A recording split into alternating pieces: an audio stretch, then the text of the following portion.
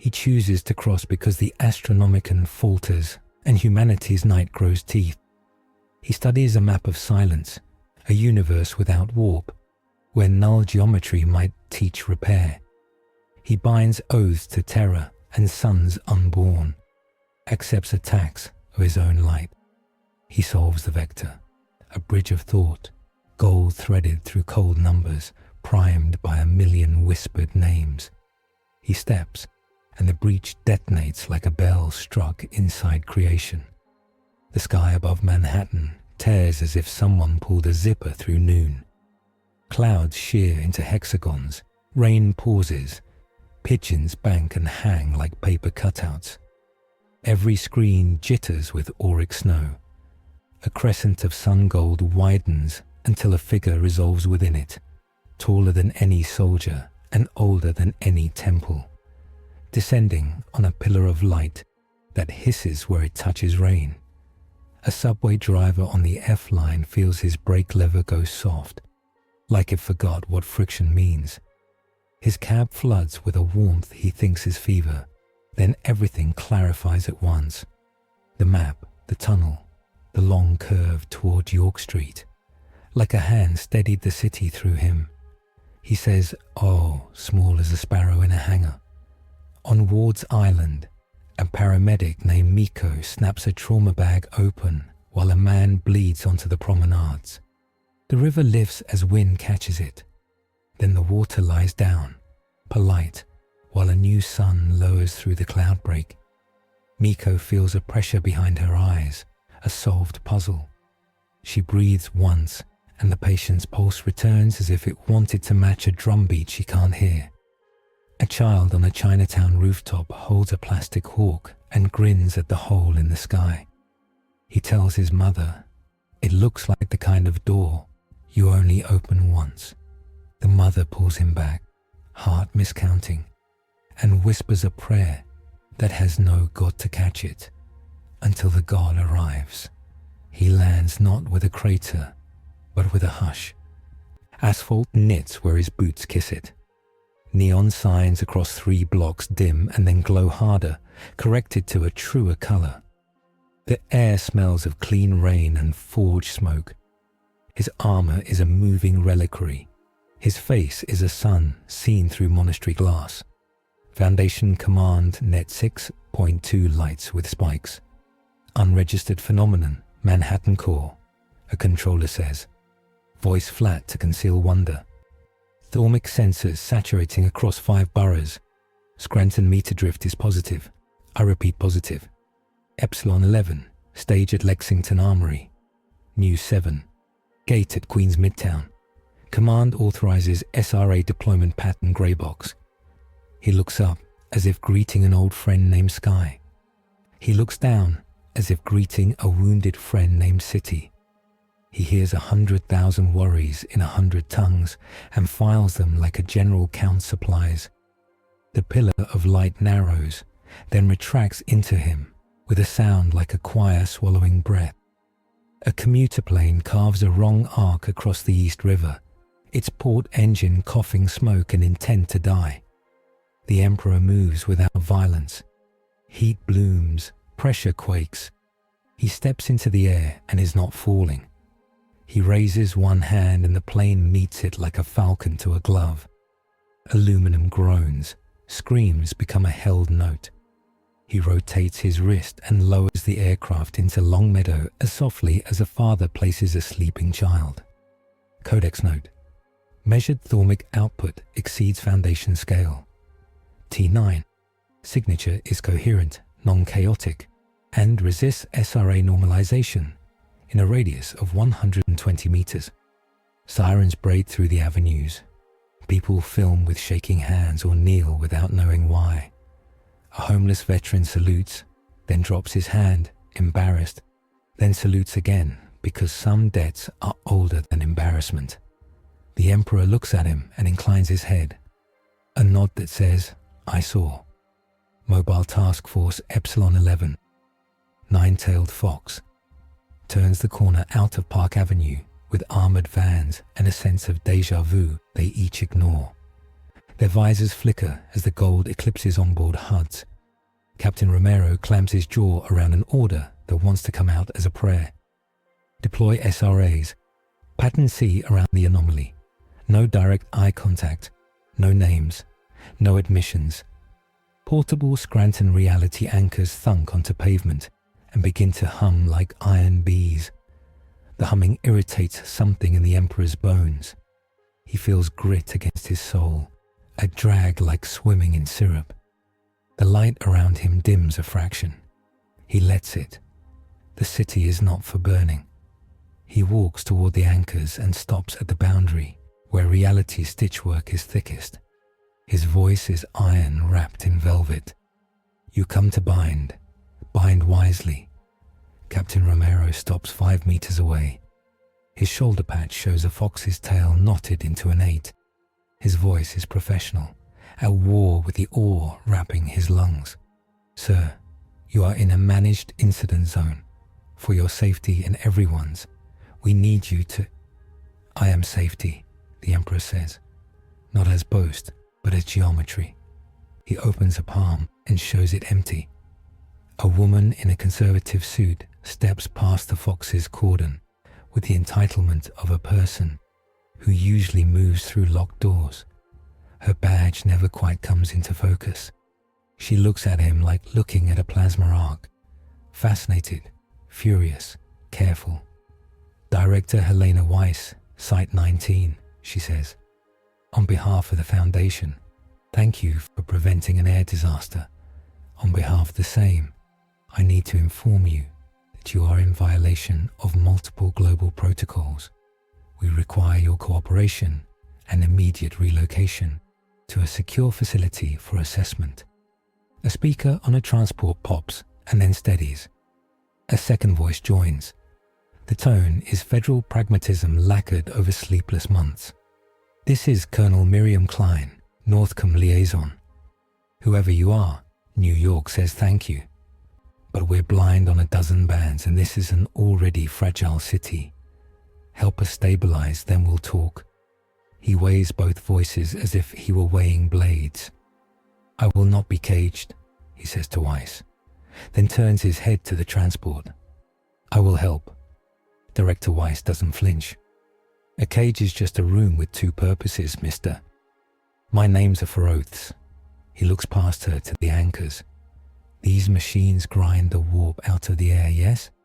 In your language, they anchor. Weiss's eyes narrow. You're not supposed to know that. I know anchors because I have held one for 10 millennia. His gaze flicks upward. For a moment the gold thins and something inside the breach looks back. An empty that is not absence but policy. He feels it gnaw at his aura like frost. He closes the wound a fraction with attention alone, paying with a shard of himself. On the river, water throws itself at a freighter without wind's permission. A wave rises with a seam of black running inside it, as if the East River were wearing a zipper from the other side. The seam puckers open like a mouth. Teeth, the size of SUVs, gnash through spray, and the wave moves with intent. Something laughs in a register no human ear enjoys. Cognito-hazardous tidal event, an analyst says on the Foundation net. Voice breaking once. Possible Sarkic conjuration layered in. Predictive. Breach chain risk across 3 sites. Requesting blue-level urban exodus protocols. The Emperor's head turns. He steps up onto air again, and this time the SRAs bite him harder. His field rasp cracks like ice dragged over stone. He smiles a little, tender around the mouth, as if tolerating pain for a child's sake. He advances anyway. He meets the wave before it meets the promenade. He presses his hand against its lip and names it with a word that makes the water wish it was still just hydrogen and oxygen holding hands. The seam shudders, teeth chew on his gauntlet. Black bile eats at gold. He shapes his wrist to a circle and the mouth eats its own tongue. The wave collapses into itself with a noise like a city-wide gasp. The SRAs surge to compensate, their readings screeching. Director Weiss flinches as her display pencils fouling curves across a tablet. He's overriding anchor fields, she says, too calm. Or the anchors are trying to override him. Either way, it's a fight. Do we shut them down? Captain Romero asks, hating that he wants to. No, Weiss says, hating it more. We find a harmonic. We survive him, or we don't survive what follows. Colonel Klein's convoy sets up triage in the shadow of a shuttered museum. She stands over maps on a Humvee hood and thinks about how victory used to look like flags. We're evacuating 5 blocks. Do you have a name? She asks the gold giant. Because regular pronouns make scary things smaller. You may call me Emperor, he says, with no article, as if empire were a function like light. Roger that, Klein says, because sometimes sanity just rides procedure. Emperor, welcome to New York. I have bridges and hospitals and a lot of people who don't deserve what the world does to them. His head inclines. Then we share a project.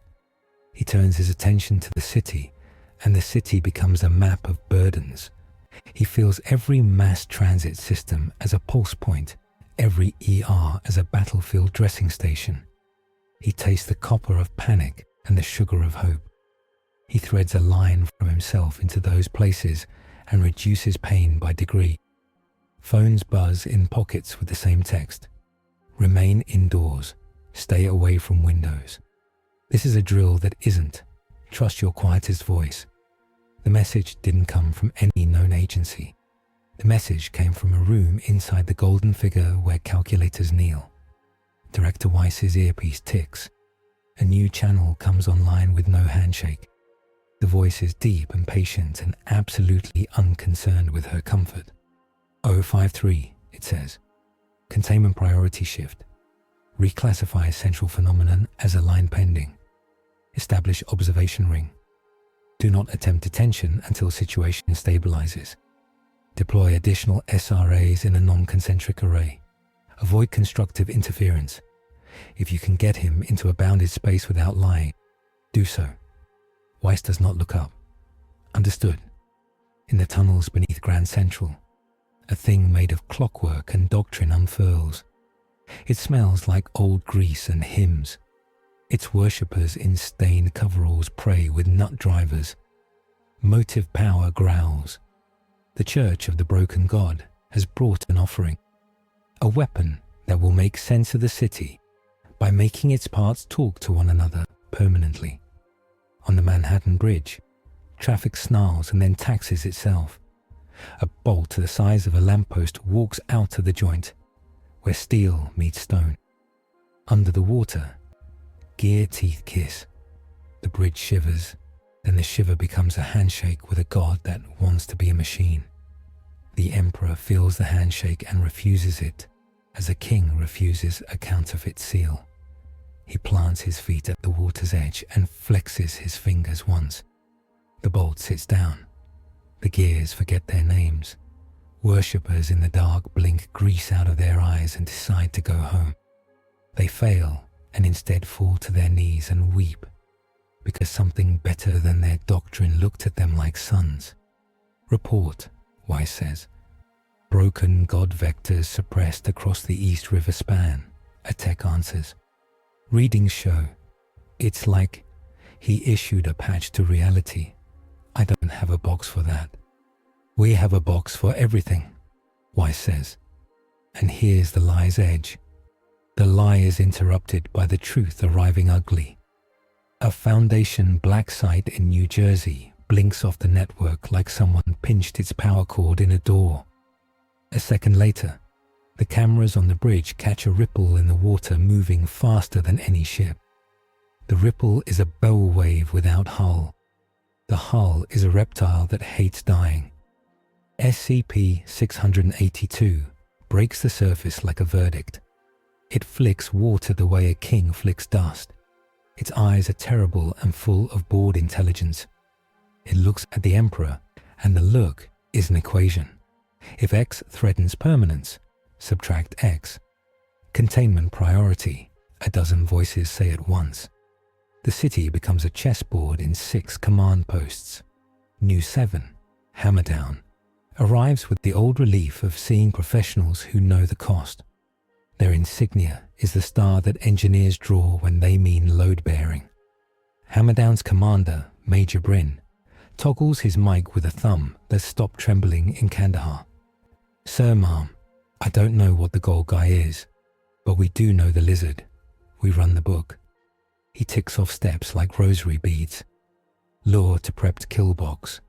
Anchor reality. Captive munition cascades. Targeted corrosive bath. Repeat until clock runs out or miracle happens. Miracle, Romero says under his breath, tasting what the word feels like under anchor hum. The Emperor watches the reptile mount the rocks on Governor's Island and shake itself into a new memory of its own body. He can feel the thing learning. It looks at him and begins designing a shape that will specifically ruin him. He admires that. He will not allow it to finish. "Do you have a space you consider sacred?" he asks Weiss. "Sacred," she repeats, as if he asked for incense in an operating theatre. "We have bounded spaces with layered containment. Why?" "I will lead your beast there." He turns to Klein. "Your people will be crushed if we fight here." Klein holds his gaze with a soldier's gratitude that never entirely trusts saints.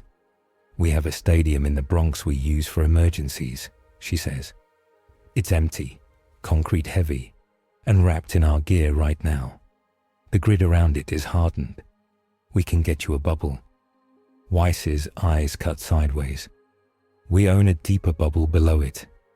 We'll get you in without the press learning a new shape of terror."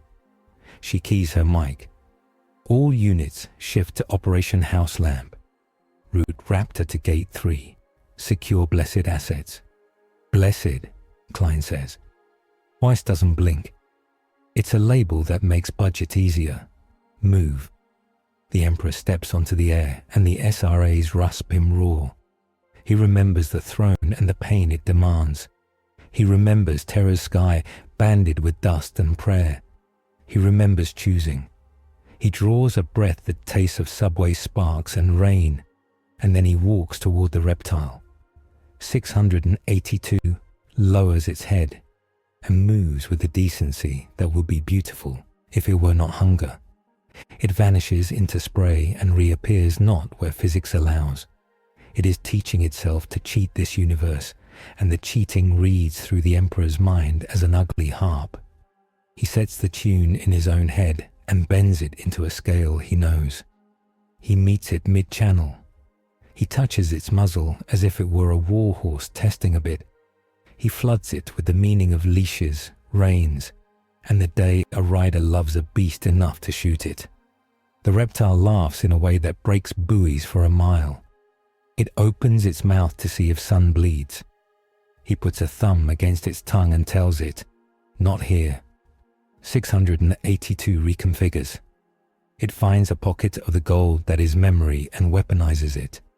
A mouth in its shoulder bites the place where light leaves his body for the world and chews. The Emperor feels the bite not as pain first, but as taxation. It eats his projection of safety by a fraction. He reevaluates. He pushes the jaw shut with gentle force and honors the thing that just taught him he can be wounded here in a way he had not charted. "House lamp is green," Weiss says. "Walking fast because walking fast is how you outrun ore. Gate 3 open in 30. Routes blue for you and hammer down. News 7, you're the brooms. Epsilon 11, fly the net." The city tilts. Streets evacuate with the weird grace of a practice trauma. Helicopters thrum above like dragonflies that forgot they were built. The Emperor runs without moving his legs. The thing follows because prey is a word that writes itself on anything that runs. Bridges flex and hold. Tunnels breathe. At the stadium, a ring of SRAs stacked 3 deep hums like a hive went to war with a pipe organ. Banks of cognitofilters rise on aluminum legs, ugly angels. Hammer down positions, barrels that never appear on news. Epsilon 11 threads, micro anchors on ballistic lines like a loom weaving walls. The Emperor enters through a service tunnel because miracles respect maintenance. The air inside tastes of stale popcorn and sanctified cement. He steps out onto the field and thinks about how every empire rehearses war with the games. He lifts his hand and signals. 682 charges through the tunnel in a body built for colosseums. It hits the field and laughs again with a noise that sticks in throats. The anchors bite it, and the biting makes it intelligent in a new direction. It sheds skin that isn't skin, and the shed crawls toward anchors like a patient toward antibiotics. Hammer down burns the shed, and the shed screams like hot iron dropped in snow. The Emperor meets it with hands because weapons would be disrespect. He does not punch, he redirects. He breaks intentions the way a blacksmith breaks scale off new steel. 682 tears a hole in the air and steps through. He steps after, grabs the hole's lip, and sews it shut with a line the stadium lights can almost see. "Sir, we need to keep him within the anchor chorus," Romero says, and then realizes he addressed a monarch as if they were on the same team. The Emperor nods without offense. He shifts his fight 2 meters toward a stronger hum, and it costs him. The hum rubs his name thin in those meters. The gold around him granulates like old film. 682 feints toward the stands and then sides back. It wants hostages, wants complexity. The Emperor forbids complexity with a gesture that simplifies everything around them into vectors and centers of mass. He takes 682's tail force and spins it into the turf. Concrete pops like bird bones. The reptile begins to grow armor that looks like world-eater teeth. He speaks a denial. The armor fails. "Detonators at your mark," Bryn says. "We've got the bath primed. It's not going to kill it, but we can strip adaptations." "On my mark," Weiss says, and the words almost come out as absolution. The Emperor does something simple. He sits down on one knee as if before an altar. He puts his hand on 682's head. The reptile bucks. He tightens his grip. "Rest, child," he says, and the stadium hears the word as if it were carved into the underside of the roof. 682 freezes, because for one heartbeat, it doesn't know what child means to it. In that heartbeat, Hammerdown floods it with engineered acids that make it new again at a cost. 682 screams, reassembles, and backs away, not because it is afraid of pain, but because it needs to study. It looks at the Emperor. It looks at the anchors. It looks at the men who hurt it. It writes a new chapter in a book no one wants to finish. It vanishes into a hole it dug 3 seconds earlier in a vector the anchors did not reach. The hole closes like a mouth with manners. "Lose contact," a text says. "Reacquisition probable within 20 minutes. It's learning us." Silence descends for a second, then fills with radios, boots, the practical economy of people living. The Emperor stands. He sways once. The gold stumbles in him and then rights itself. Not all of it returns. He touches his sternum where the bite taxed him.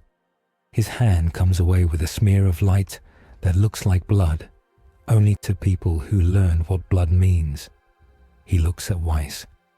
"Your anchors hurt me," he says, with the same tone as a man remarks that knives cut. Weiss tucks hair behind an ear that is not prepared to be so near a son.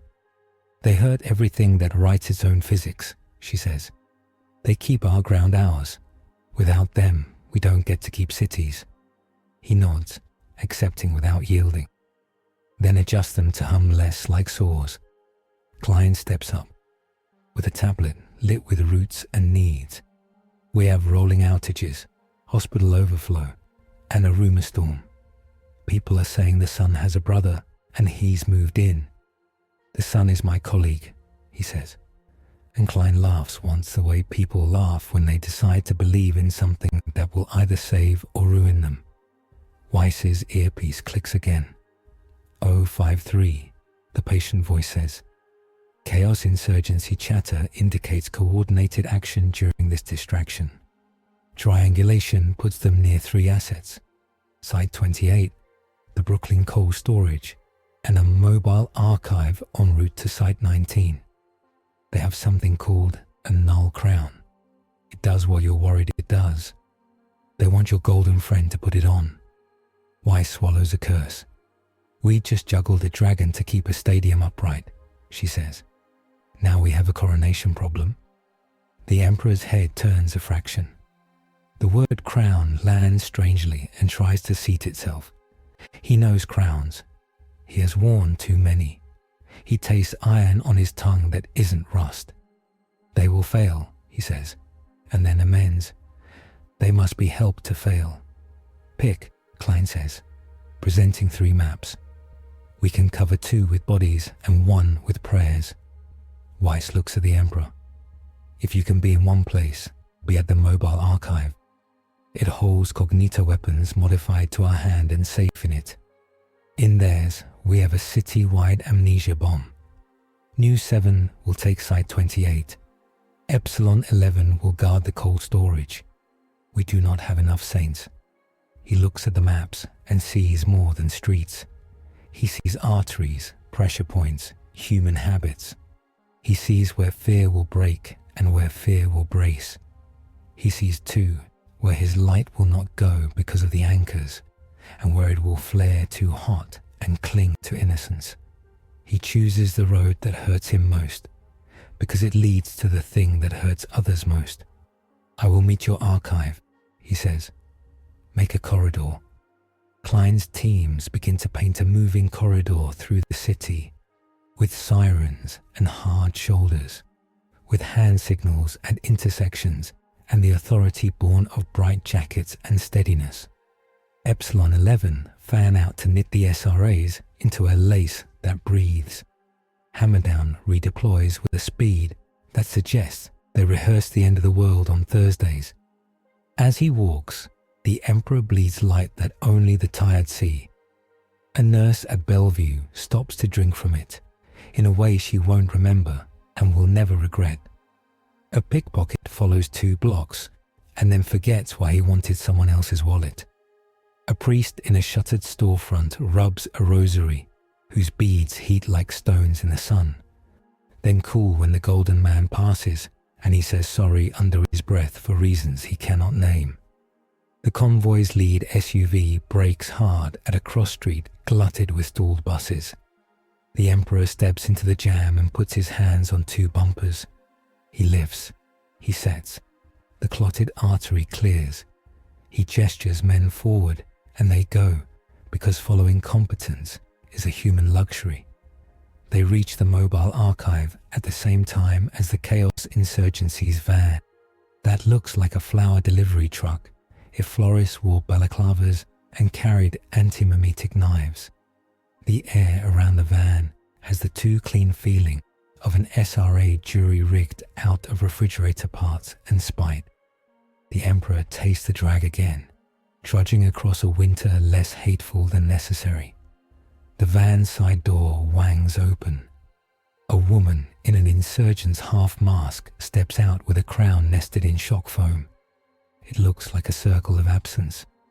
Where it passes, the city's music goes briefly flat. She carries it like a Eucharist made by accountants. Your Majesty, she calls. Voice piped through speakers to carry over traffic. From your friends in the future. It'll make you perfect. He takes 2 more steps and feels his name thin again.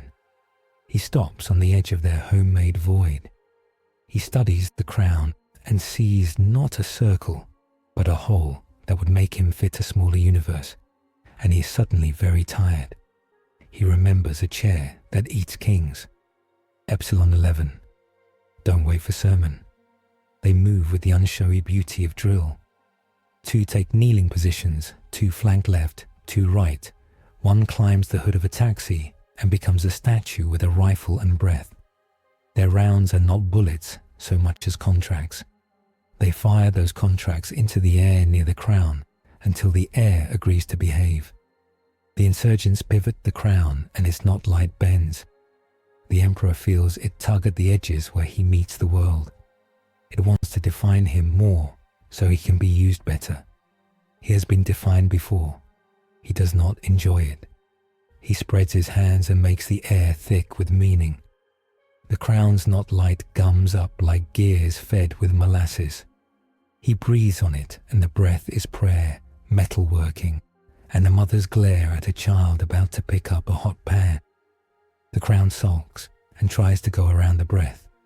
It can't. A figure steps out of the van, wearing old desert armor, and a face that suggests he has survived both kindness and hunger. He salutes two people at once, that means only one.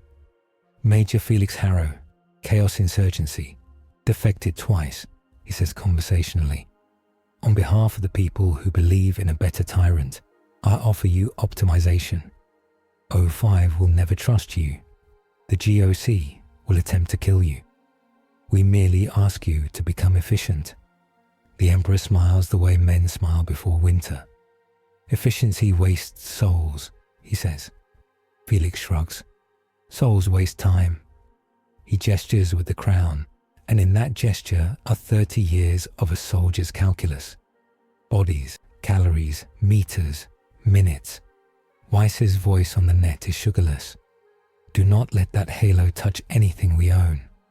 She doesn't say, because it will eat our rules and make new ones with worse manners. She doesn't say, because in the long list of things that end worlds, ambition with a spreadsheet has an excellent batting average. The Emperor steps forward. The SRAs in the van's guts complain, and he lets them. He walks into friction as if into rain. He reaches for the crown with a hand that has held many symbols and broken more. He does not touch it. He places his palm on the space it is trying to eat. He fills that space with a memory of a boy's laugh on a dusty world no one writes down. The crown cannot eat that because its math doesn't cover joy that wasn't optimized. Felix's jaw tightens. All right, he says. Plan B. Insurgents lift the crown as one and fling knot light like a net. Epsilon 11's contracts meet it mid-air and argue noisily. The argument hurts people who aren't involved. Windows crack. A passing terrier howls. The Emperor presses both hands flat to the argument and flattens it so that it becomes paper anyone can tear. Felix watches the thing that was supposed to be a trap become an art project. He takes a breath like a diver changing plans. He drops the crown, draws a knife that is a rumor, and runs at the golden man in 3 clean steps that announce a man who has never worshipped hesitation. The Emperor has been attacked by demons, logistics, suns, and winters. He respects knives.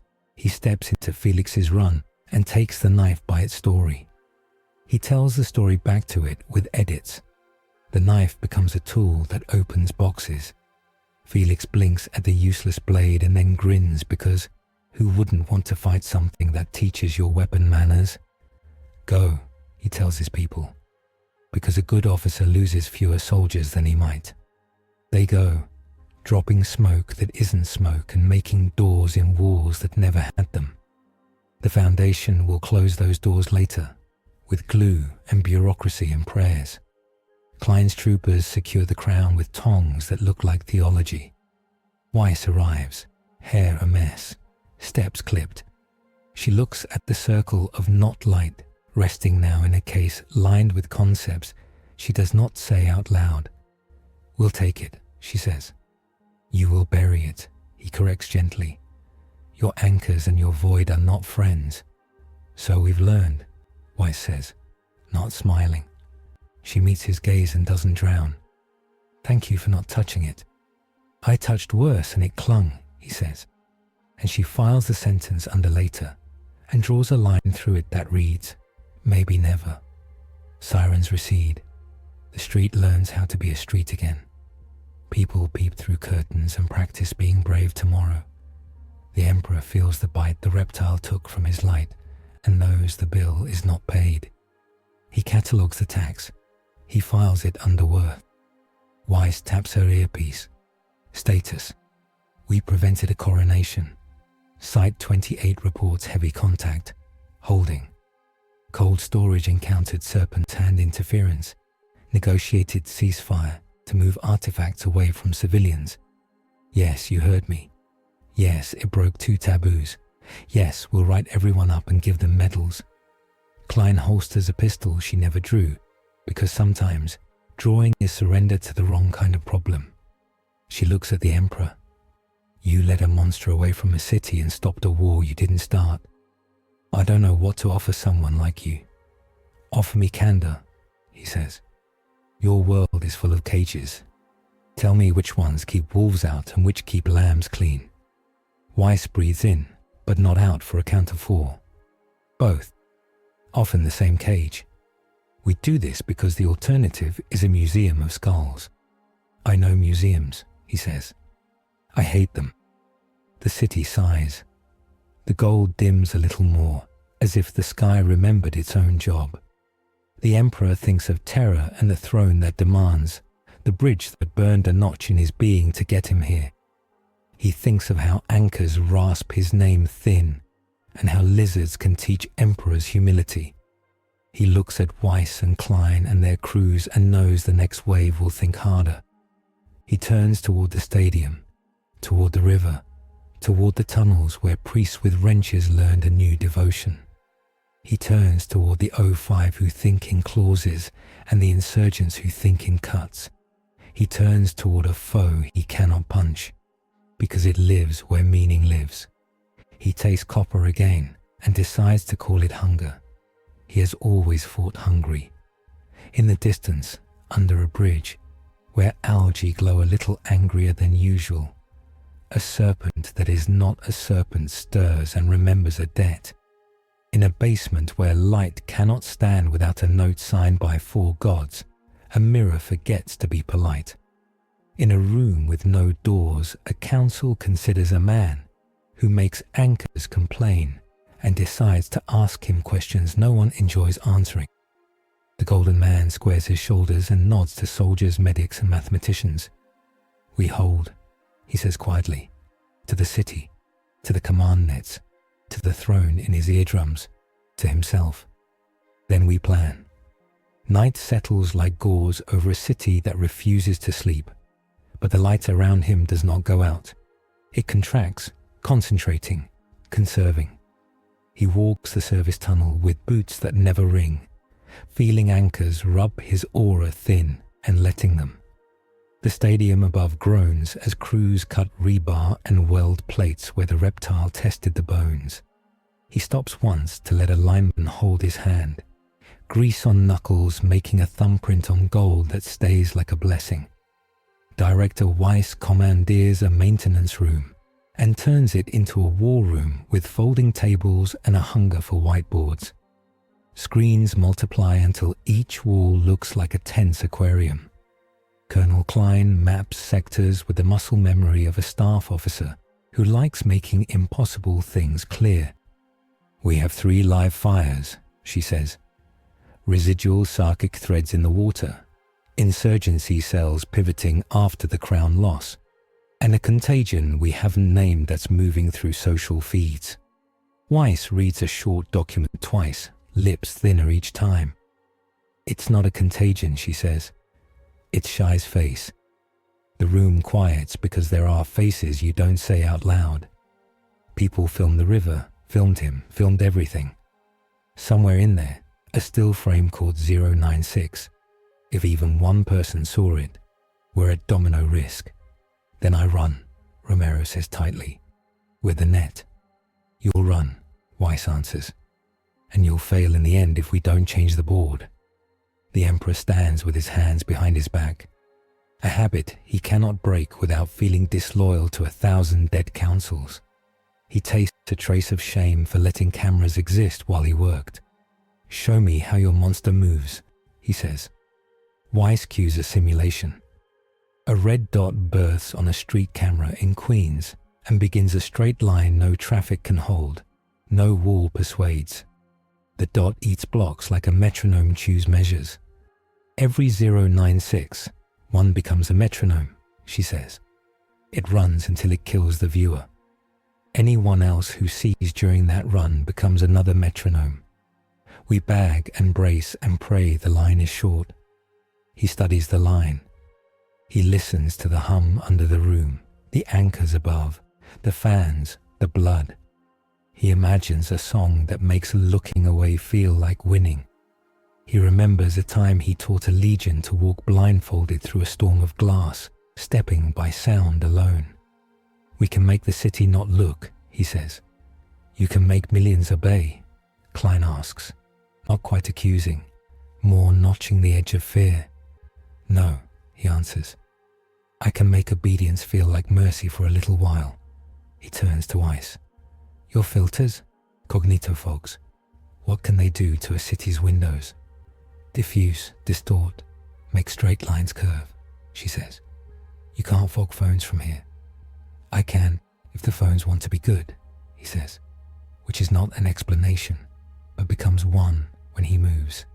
He steps into the corridor, and the corridor feels like a vein.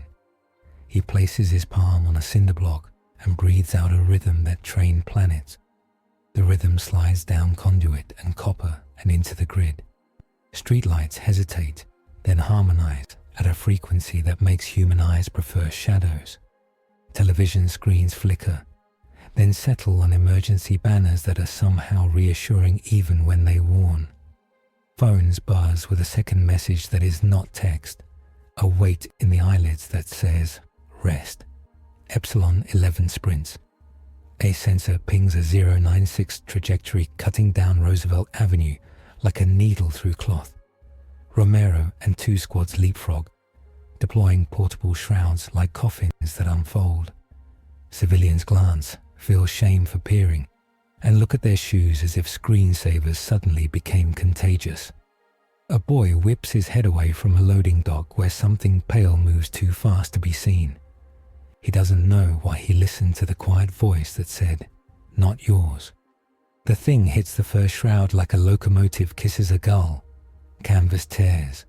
The second shroud holds for the length of a breath, which is long enough for 2 foxes to heave a ring over a head and yank down. The Emperor arrives as it tears free, and he does not wrestle it like a bull. He kneels and puts his forehead against the bag as if he were in a chapel. "Forgive," he says to 096, and the word makes no sense but sticks like warm wax. The creature thrashes, then the thrash curves into a keening. He hums 3 notes old as barracks, used to steady men after visions. 096's fight changes timbre. It still fights, but the fight is against the song, and the song is not a foe. It is a room with a bed. The foxes seize straps and cinch. "What did you—" Romero begins breathless. "I gave it a place to be ugly without shame," the Emperor says, not moving his head. Auric field deliberately kept shallow so anchors don't rasp 096 raw. It hates being seen.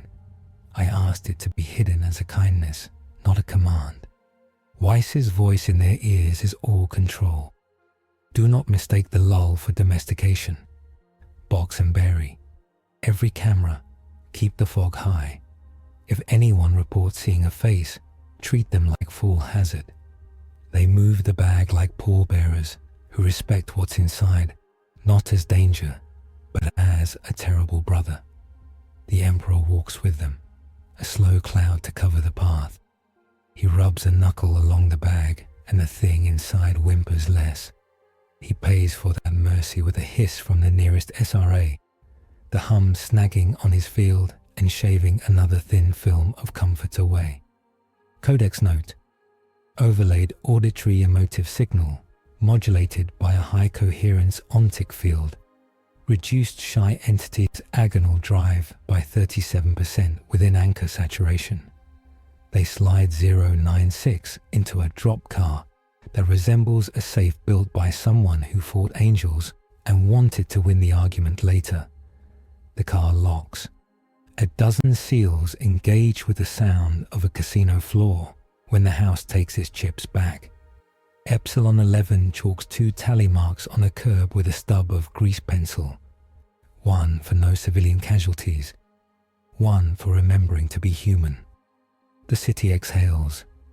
Klein gets 7 texts from the mayor, 3 from Homeland, 2 from an uncle who thinks she works at a bank. She pockets the phone and looks at the golden man rubbing his sternum again, as if a tooth ached in his heart.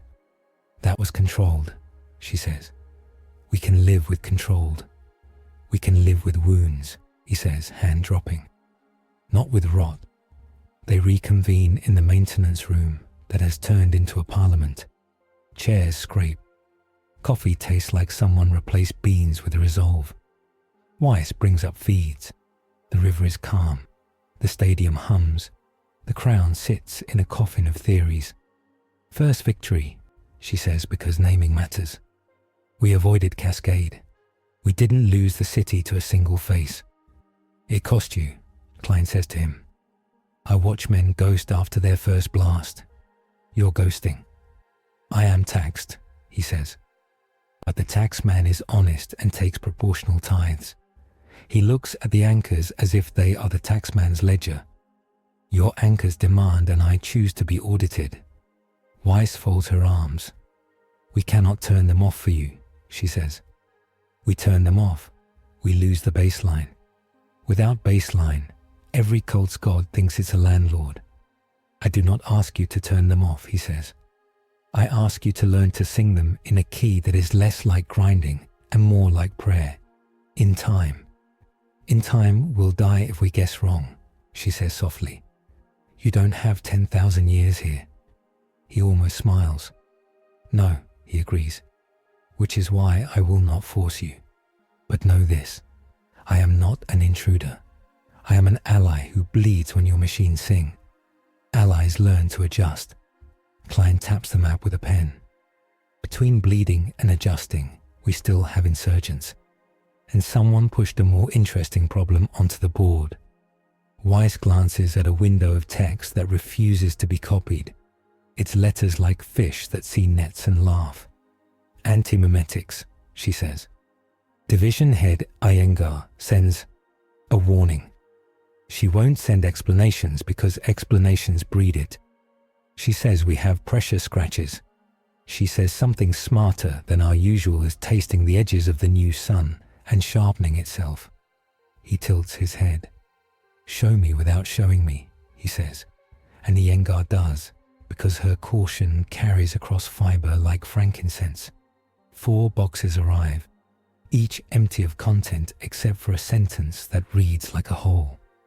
The sentences are polite absences, their edges mean.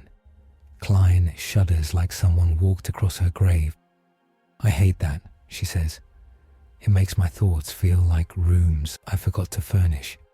That feeling is expensive, Weiss says. If you pay attention to it, it charges interest. We starve it by being boring and precise. The Emperor leans into the absence as a sailor leans into wind. He tastes a moan under the city's song, like bowing a saw. He guesses the pitch. He hums lower to ground. This is where ideology comes in, Weiss says. You move openly. The Foundation moves in secrecy, containment, denial. We keep memory small to keep monsters hungry and unconfident. You expand memory by inspiring it. That is doctrine collision. Secrecy is a blanket, he answers. It warms and smothers. It also leaves feet out in winter. I prefer cloaks. They move and reveal when needed. Klein leans forwards. Steelman it, she says, because she has learned to run proper councils. For her side and yours. Weiss nods. We shepherd a world that cannot metabolize its truths, she says. Humanity loves story more than survival. Story invites gods. Gods eat cities. We lie to children because they become adults that don't accidentally invite banquets. She meets his gaze without flinching. We are cruel to be kind. He listens attentively, as to a good captain's report. Now mine, he says. A species starved is a species that will gorge when famine breaks. Secrecy buys time at the cost of wisdom. Blanket shelter breeds fragility. He opens a hand. I build institutions that teach bearing heavy truths lightly. Both models break, Klein says. Yours breaks with zealotry. Hers breaks with bureaucracy. We need a hinge, because there's a smarter thing biting at us, and it will use any crack. Weiss gestures at the empty sentences again. Antimimetics says, treat it like static you don't tune to. Keep signal, don't decode. They think it lives where ideas live and prefers capitals to lowercase. If you put your name in bright letters in the sky, it will paint over them with its own. I will stop writing my name, he says. And the room actually chills as a few people realize what that costs a symbol.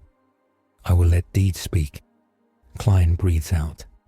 That helps, she says, because I just got a call from the Global Occult Coalition.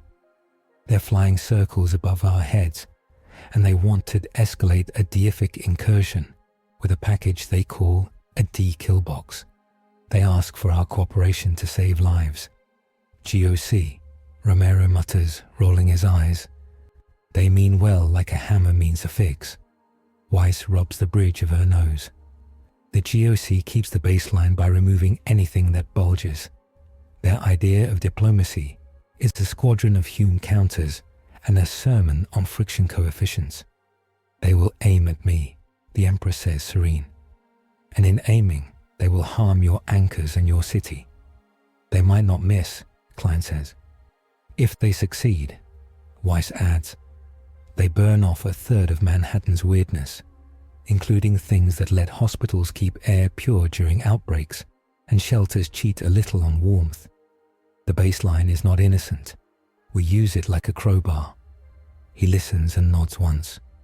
I will talk to them, he says. If they insist on shooting, I will teach their bullets manners. Klein's radio barks with a new tone. Eyes up. High altitude asset painting sector 7 with a non-standard spectrum. Ground readouts show Hume depression wavefronts like a storm. Weiss doesn't bother to swear. Iyengar's scratches are whining, she says. Anti-mimetics to blackout. Eyes on your own names only. Do not think the big one. The room dims, literally, because the Foundation's lights are trained to listen to that sentence and drop their wattage. An outline appears on a screen like a saint in a stained glass window, but colder. A triangle of sats, each throwing a beam not of light, but of boredom. The beams converge over the stadium district. The boredom deepens. The Emperor feels it like winter without stars.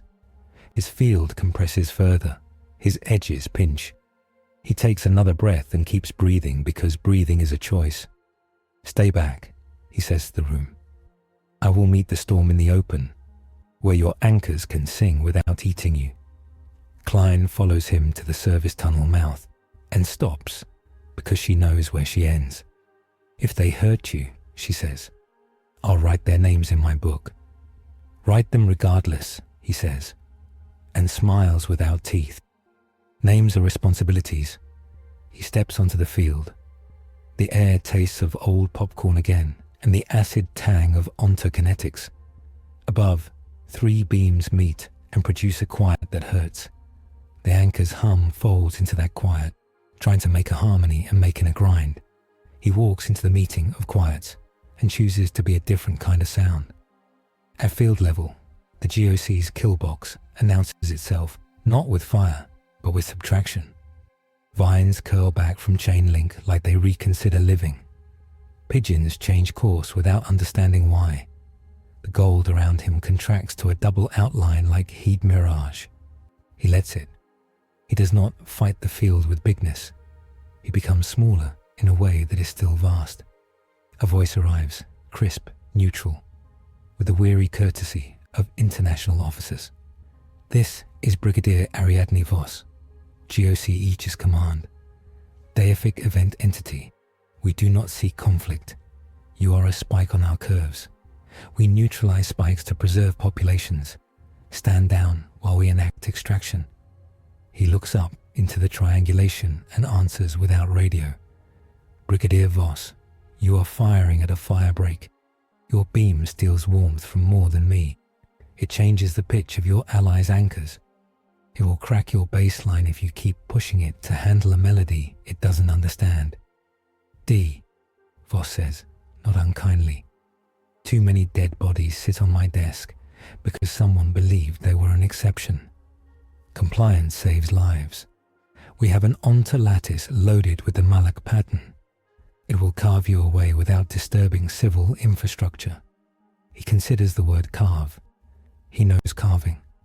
He has carved cultures away from appetite with desperate tenderness. He does not like being the cow.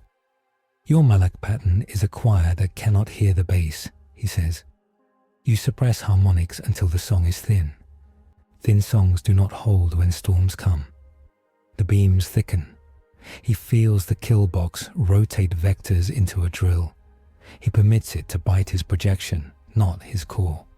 He becomes compact, dense, a fused coil whose surface dulls to the color of old gold. He kneels and palms the turf. He pours what light he can into the ground because the ground belongs to the little and his job is to keep it that way. Power scaling. Interlude. His power in this world rides meaning like current rides copper. Anchors lower the voltage differential by raising the Hume floor, forcing him to compress to avoid arcing. The GOC's Malak pattern, a new spheric bleach, scrubbing the conceptual load-bearing words, sun, oath, guard, around him until they lose traction. Anti-mimetic pressure adds grit to that bleach, making the scoured space repel new meaning, so his field can't repopulate it quickly. When he stays compact and local, he resists.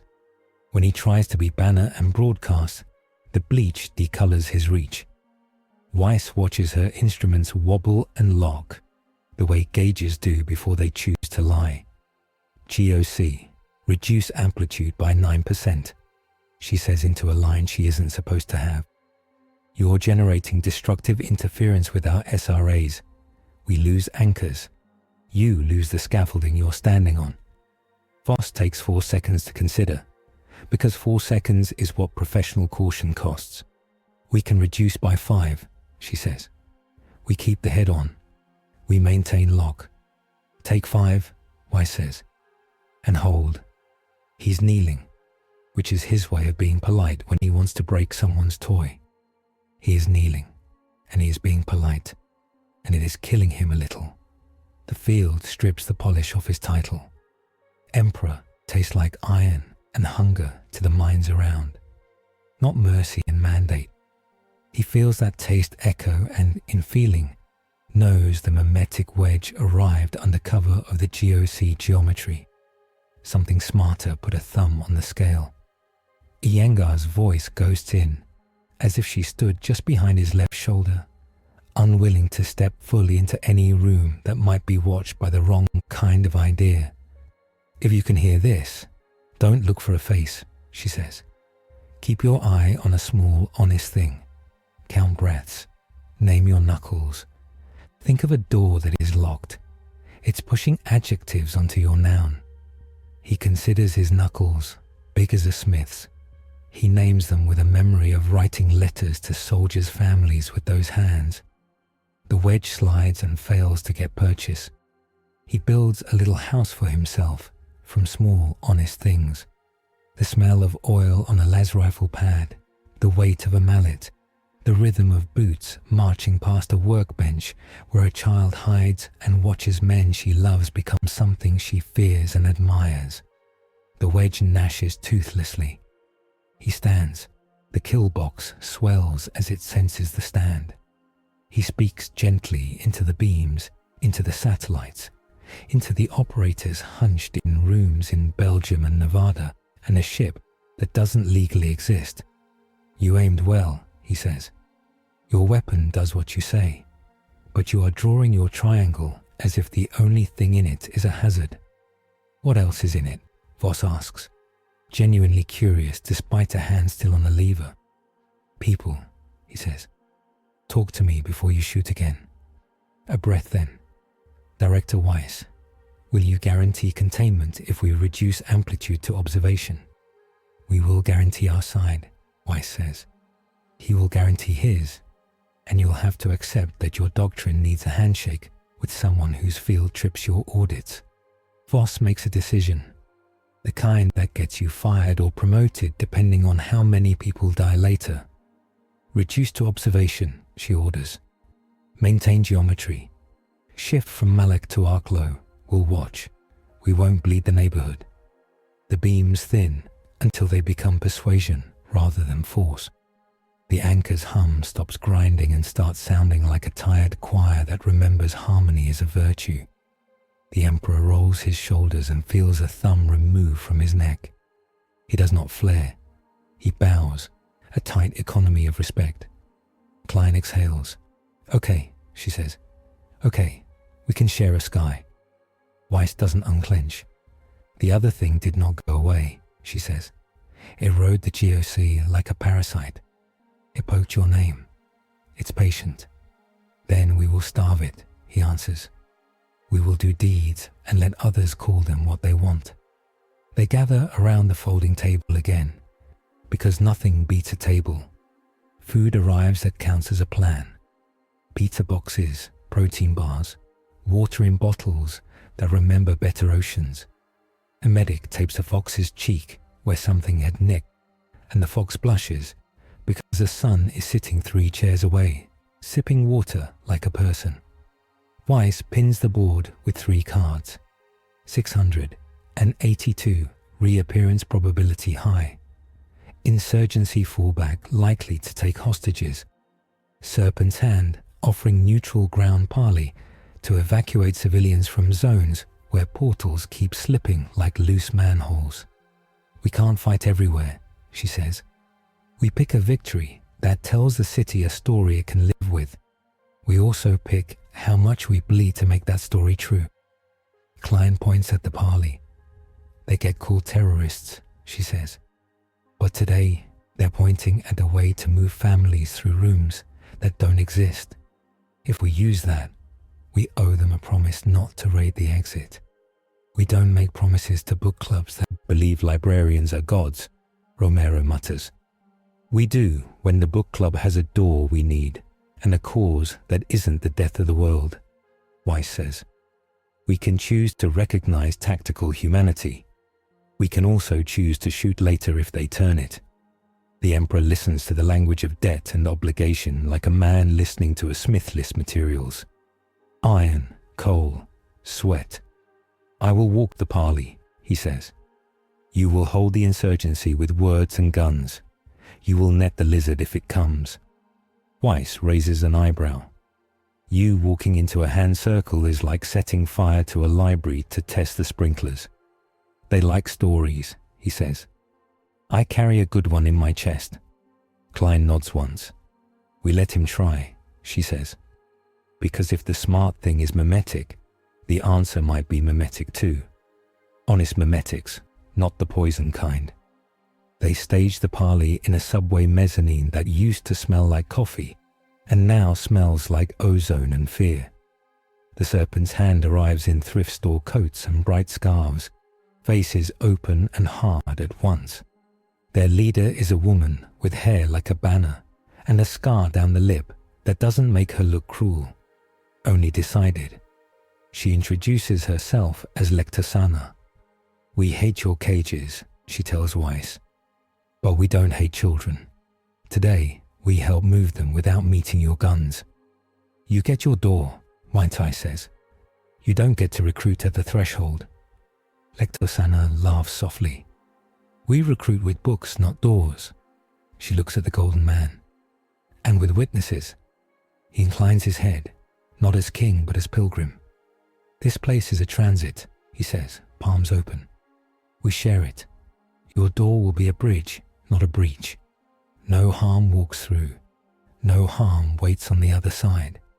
The hand draws chalk sigils that smell like cinnamon and frankincense. The chalk isn't chalk, but a book ground down. The mezzanine ripples. A mural on tile flutters like a curtain and becomes a corridor that looks like a forest drawn by a child who loves forests too much. One at a time, Lectosana says gently. Keep hold of your names. The Emperor kneels and speaks to a boy, whose father's hand shakes around small fingers. You go first, he says. Your father behind. You do not look back until the forest smells like rain, not stone. The boy nods because when a king tells you the smell of safety, you memorize it. They walk. They don't look back. They vanish and reappear 20 meters away where the corridor ends, re-entering a world that makes sense in a slightly kinder way.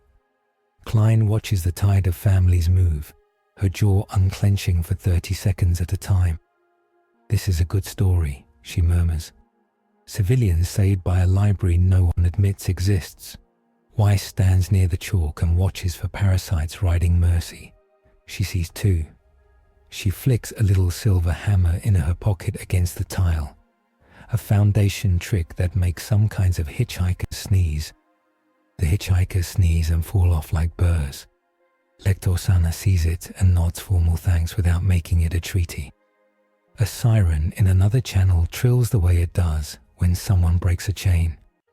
Insurgents took a block of office workers hostage in a stairwell near Site 28, demanding release of a Keter they think they can steer. They ask for the null crown back, Bryn says, teeth audible in the words. They can ask into a hurricane. I'll go, the Emperor says. No, Weiss says immediate. You'll go, and they'll aim a lens at you with words we can't clean. Your presence is amplification. Let us be cardboard and tape on this one. He nods, accepting because she is right. He is not a solution. He is a multiplier. Klein's people cut a hole in a drywall ceiling and become a second floor where there wasn't one. Epsilon 11 drop through like coins down a slot, slide hostages under a human table, and come out again before the insurgents finish their manifesto. Weiss texts Felix Harrow the numbers of his own plan, because sometimes a better tyrant is a man who doesn't let his people die for nothing. The insurgents flee into a door that wasn't a door until they believed hard enough. At the mezzanine, the last family steps through. Lectosana wipes the chalk into her sleeve and the corridor folds itself into tile. We will do this again, she says. Weiss nods once. Probably, she says. And then I'll have to decide whether to shoot your door. You'll decide not to, the lector says, because your king will glare at you with a father's eyes. He is not my king, Weiss says, but her tone admits that eyes can move votes. The Emperor stands and feels the smart thing press again, not strong enough to bite, just petting the fur the wrong way. He breathes steady. He thinks of knuckles and doors and the scent of rain. It slides off. Back at the stadium, the GOC maintains observation. Their beams thin threads of attention that don't scrape. Brigadier Voss requests a face-to-face, and Weiss agrees, because professionals talk even when they dislike each other. They meet on a loading dock that smells like oil and old salt. Voss is tall, composed, a map of scars under a neat uniform. Her eyes are the eyes of a woman who did math at funerals. We aim for the same graphs, she says without preface. Fewer spikes, lower variance. You are a spike and a variance multiplier. I am also a firebreak, he says. Your beam dries the forest until a spark becomes a catastrophe. We have settings, she says, not smiling. We used the wrong one first. You listened, he replies. That moves you from tool to ally. Voss regards him as if considering a new term in an equation. Our doctrine has no box for benevolent gods, she says. Benevolence changes under pressure. We've seen it turn. So has mine, he says. Which is why I am not asking you for worship, only for discretion. Weiss steps in. He's bleeding constant lumens to keep our grid stable and our fear low, she says. Your beam eats that at the edge. We need him taxed, not broke. If you aim again, be a surgeon, not an abattoir. Voss nods. We'll keep arc low. No more Malak, unless the curve spikes hard. She glances at the sky where her satellites hum. And if your city starts calling him tyrant in its bones, we will act fast. We see narratives as part of the threat surface. We agree, Weiss says. We also see narratives as part of the defense. Here's a story we can aim. Klein snorts. We're aiming a story. That's new. It isn't, Weiss replies. We've aimed Santa. We've aimed stay calm. We learned to aim wash your hands last decade. Now we're aiming gold man doesn't burn your house. They adjourn because war councils end not with victory, but with the next task. New 7 rotates to a new perimeter. Epsilon 11 splits to sleep in shifts. 2 to a chair. Heads on plates of armor like pilgrims on saddles.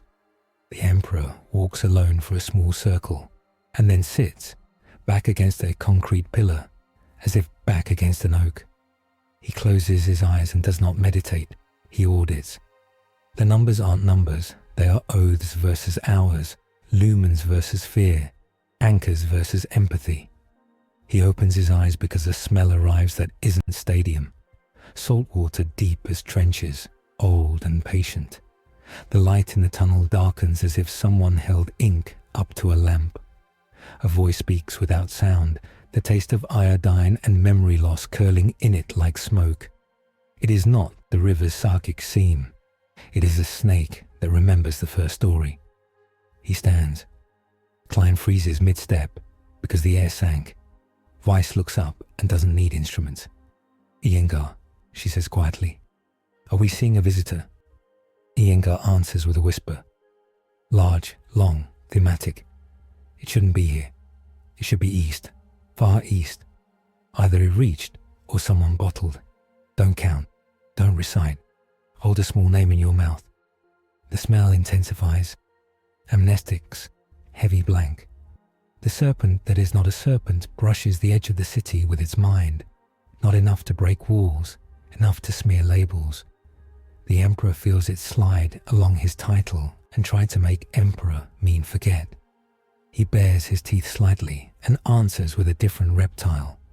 A coil of rails around a planet, the patience of slow logistics, the long snake of a marching column that never ends because duty bends it around the world. The brushing recedes. It leaves fingerprints. 2 technicians stare at their badges and cannot remember their own names for 12 seconds that feel like a funeral.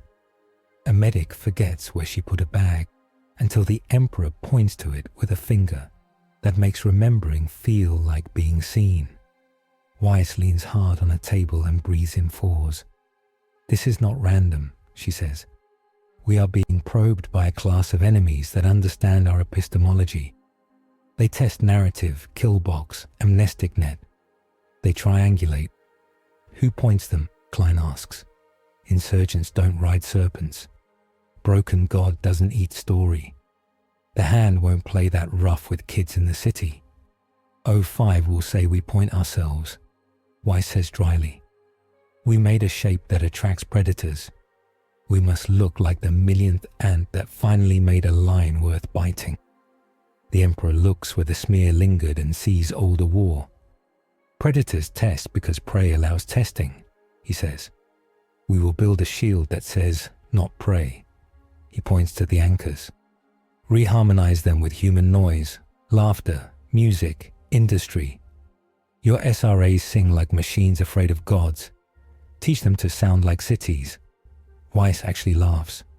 You want me to feed a cunt counter a jazz station? Yes, he says. Find the signal that makes them annoy the smart thing without grinding allies. Give them rhythm. Klein grins despite herself. We're going to sink anchors to Motown, she says. If this saves lives, I'm buying you a record player. Technicians hustle with a kind of desperate delight that keeps people alive after midnight. They patch audio injectors into SRA control loops with a caution that says no one wants to see a reality anchor dance. The first test feeds a low human groove into the hum. The field changes texture. It becomes less like sandpaper, more like a steady hand shaking a blanket free of dust. The smart thing probes again, irritated by a beat it cannot erase without learning to dance. It slides off. Good, Weiss says, surprised. Bad news. That means we guessed right, which means it will adapt. It will add rhythm to its appetite. Then we change the song every hour, Klein says. Jam session. World's weirdest DJ stand. They do. They rotate rhythms, march, lullaby, steel plant, fairy horn, playground chant. The anchors hum along, an ugly choir learning to be useful. While they tune the world, the insurgency returns to the problem of 682 with a plan that smells like incompletion and gasoline. They open sewer grates as if summoning a river that will agree to be their mule. The reptile obliges because it likes any plan that reads like a dare. It reappears near a tunnel mouth with a new geometry around its teeth, an echo of the crown it tasted, not identical. Enough. New 7 meets it with a line that doesn't panic. They anchor the asphalt as if they were staking a tent in a hurricane. Bryn calls for a lateral floods of acid and deploys bait drones with faces printed wrong to misdirect Shy. The Emperor arrives late by design. He wants them to hit book first. 682 sees him, and its eyes brighten with the student's pride. I learned you. It flexes jaw into a shape that tastes light. He does not let it bite the same place twice. He rotates his field so the light feeding the neighborhood comes from his back, like a saint's medallion, not his chest. Jaw closes on skin of sun, not artery of oath. The bite still hurts. His back hisses. He does not cry out. Bath, Bryn says. Now. The bath tangles the reptile in fluid articulation that eats adaptation. It reconfigures again, but slower. The crown echoes shorting where acid taught lessons. It recoils into the tunnel where anchors trapped to the ceiling hum lullaby time. It sleeps for the length of a sigh because a jazz note refused to mean fear. They stack temporary walls and weld them to girders with prayers and steel. Weiss watches through 4 feeds and refuses to feel hope as anything other than a gear. She turns with her own hands. We're buying hours, she says. Hours compound into plans. Hours also compound into fatigue. Men yawn and fear their jaws will split.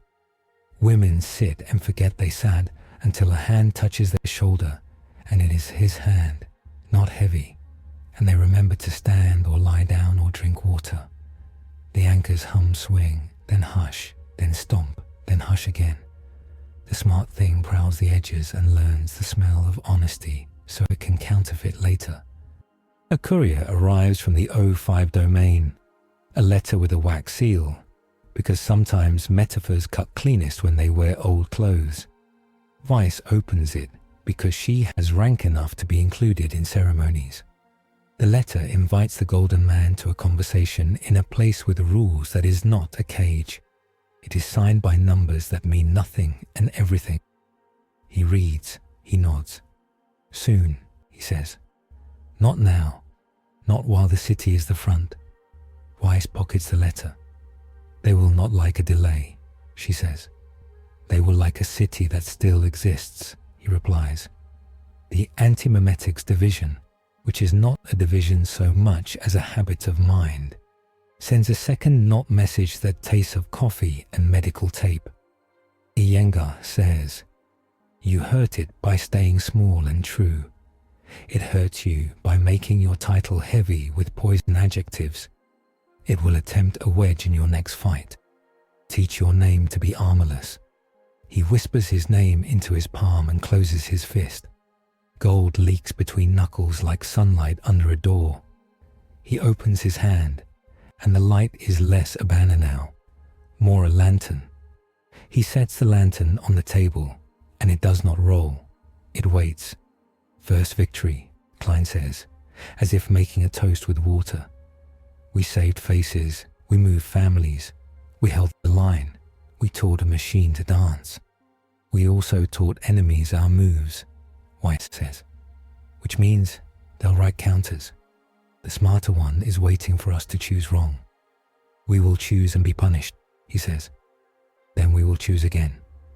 Alarm arrives not with siren, but with silence. The wrong kind, sticky, like a mouth sealed. 3 technicians drop pens at the same time and stare at their hands as if the fingers were chess pieces. Romero forgets the name of his mother for half a second and swears because he never swears. The Emperor feels the wedge hit his title, then hit the word oath, then the word mercy. It tries to make mercy feel like weakness to the field. He loves mercy too much to surrender it. He loves strength too much to pretend mercy is its enemy. He grips the lantern. Stay close to small words, he says, voice even. Breathe, count, name. Do not chase the big ones. I will take the hit. The wedge sees the lantern and recognizes a target robbed of armor. It lunges. He steps into it and lets it bite. It bites a memory of a workshop in a city that no longer exists. A small boy's hand on a hammer, a father's hand guiding. It cannot digest that. It chokes a little. Still, it leaves teeth in him. He staggers the way a man staggers after a sudden fever. The gold dulls and comes back with scuff marks. Klein catches his elbow reflexively and pulls her hand back because you don't touch a reactor. He shakes his head once.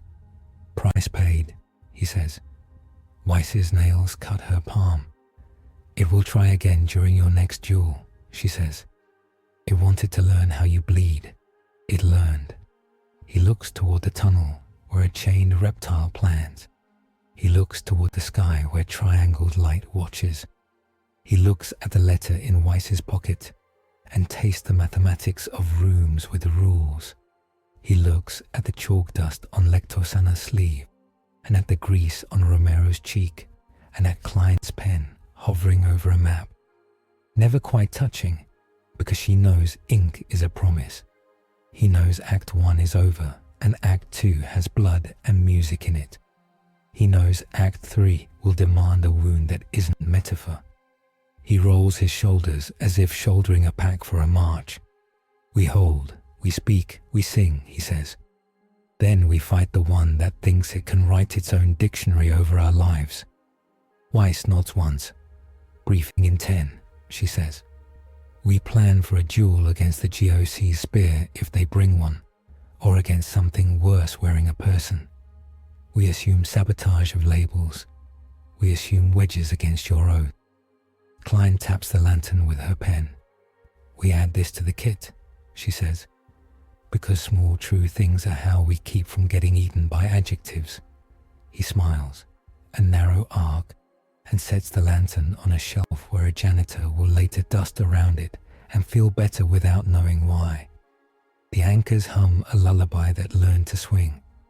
In the river, the old serpent rolls one lidless eye toward land and decides patience is holy. In a van, Felix Harrow polishes a rifle and looks at a photograph of a unit that is all dead now. Then at a map where he circled his own death once and erased the circle because he changed his mind. The smart thing prowls the edge of thought, learning the taste of Motown and oaths, planning where to put his wedge next. The city sleeps badly and lives. The golden man bleeds light, counts breaths, and names knuckles. Index is duty, middle is anger, ring is promise, little is tenderness, thumb is will. He memorizes those names because soon he will need to make a fist. The briefing begins with a map that hums. Lines flicker where anchors sit like iron bees. The smart pressure on thought curls at the edges, Annoyed at the rhythm Klein piped into the grid, Director Weiss uses a grease pencil like a scalpel. 3 fronts, she says. 1. 682 is iterating toward a bite that eats the city's morale vector. 2. Chaos Insurgency has a partial null rig. They're calling the PAL lightweight crown, not light geometry, plus portable SRA lattice. 3. An anti-mimetic predator will call the editor is shaving adjectives off Emperor and trying to write them back in blood. Iyengar's voice is cotton and iodine. The editor indexes narrative weight. It prefers heavy nouns, king, savior, god, and tries to turn modifiers hostile. Standard counters fail because counters give it grammar to inhabit. Don't say not king, say worker, say neighbor, use small words. Klein flips a page. Objective: prevent crown interface and keep the reptile penned. Protect civilians without feeding the editor. Make the GOC our problem later, not now. Weiss draws a box around a station on the old map. City Hall, she says. Abandoned, beautiful, and under our control. The hand used it for readings once and we stole it back. The insurgency wants that room for a coronation because it has the right kind of air. If they seat a crown there, they can drive a stake through your field and lever the city. He studies the tilework curves and the sweep of the platform like a knave.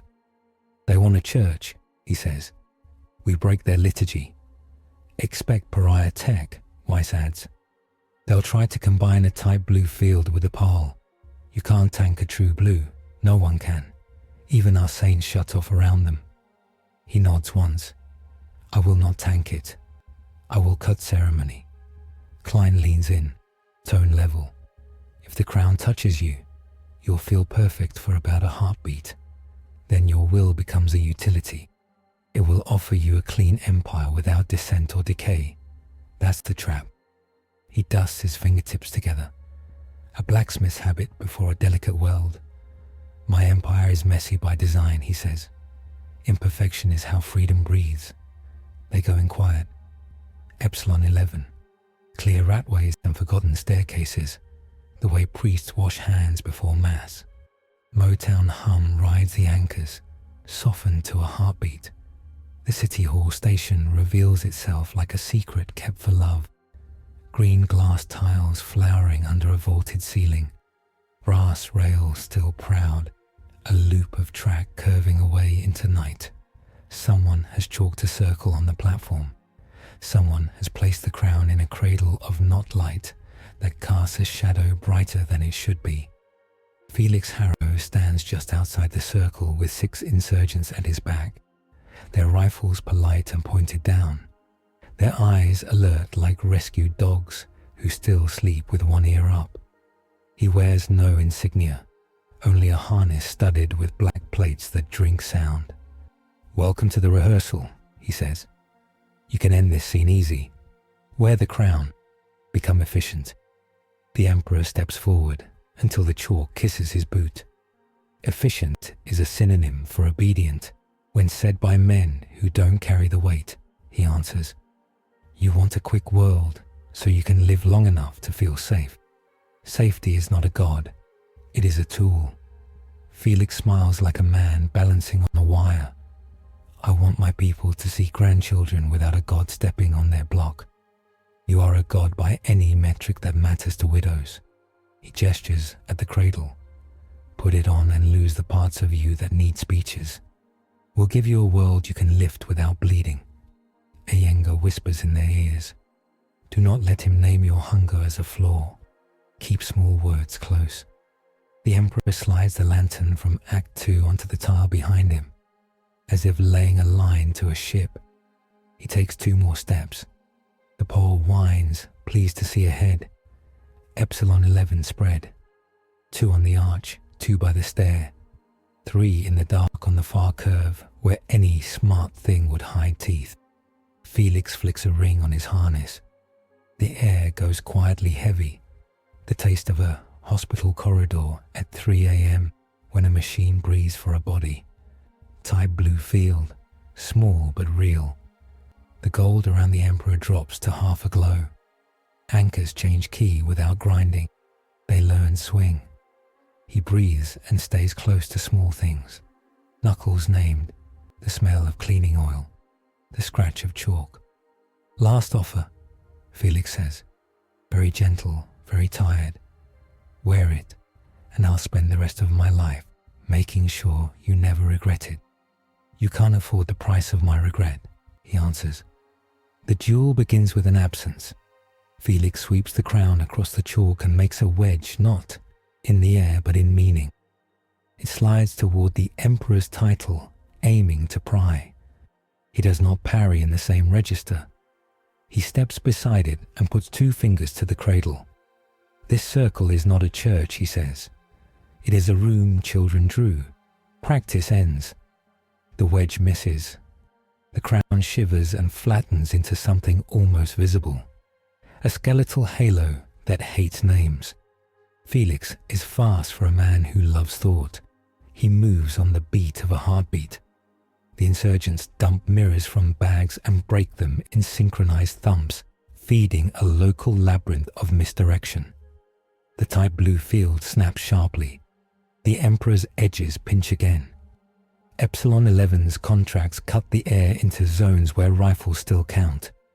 They shoot lies, the parallax illusions, the angles that try to make stairwells longer and the platform closer. Their micro anchors chime Motown time, a rhythm that writes yes under no.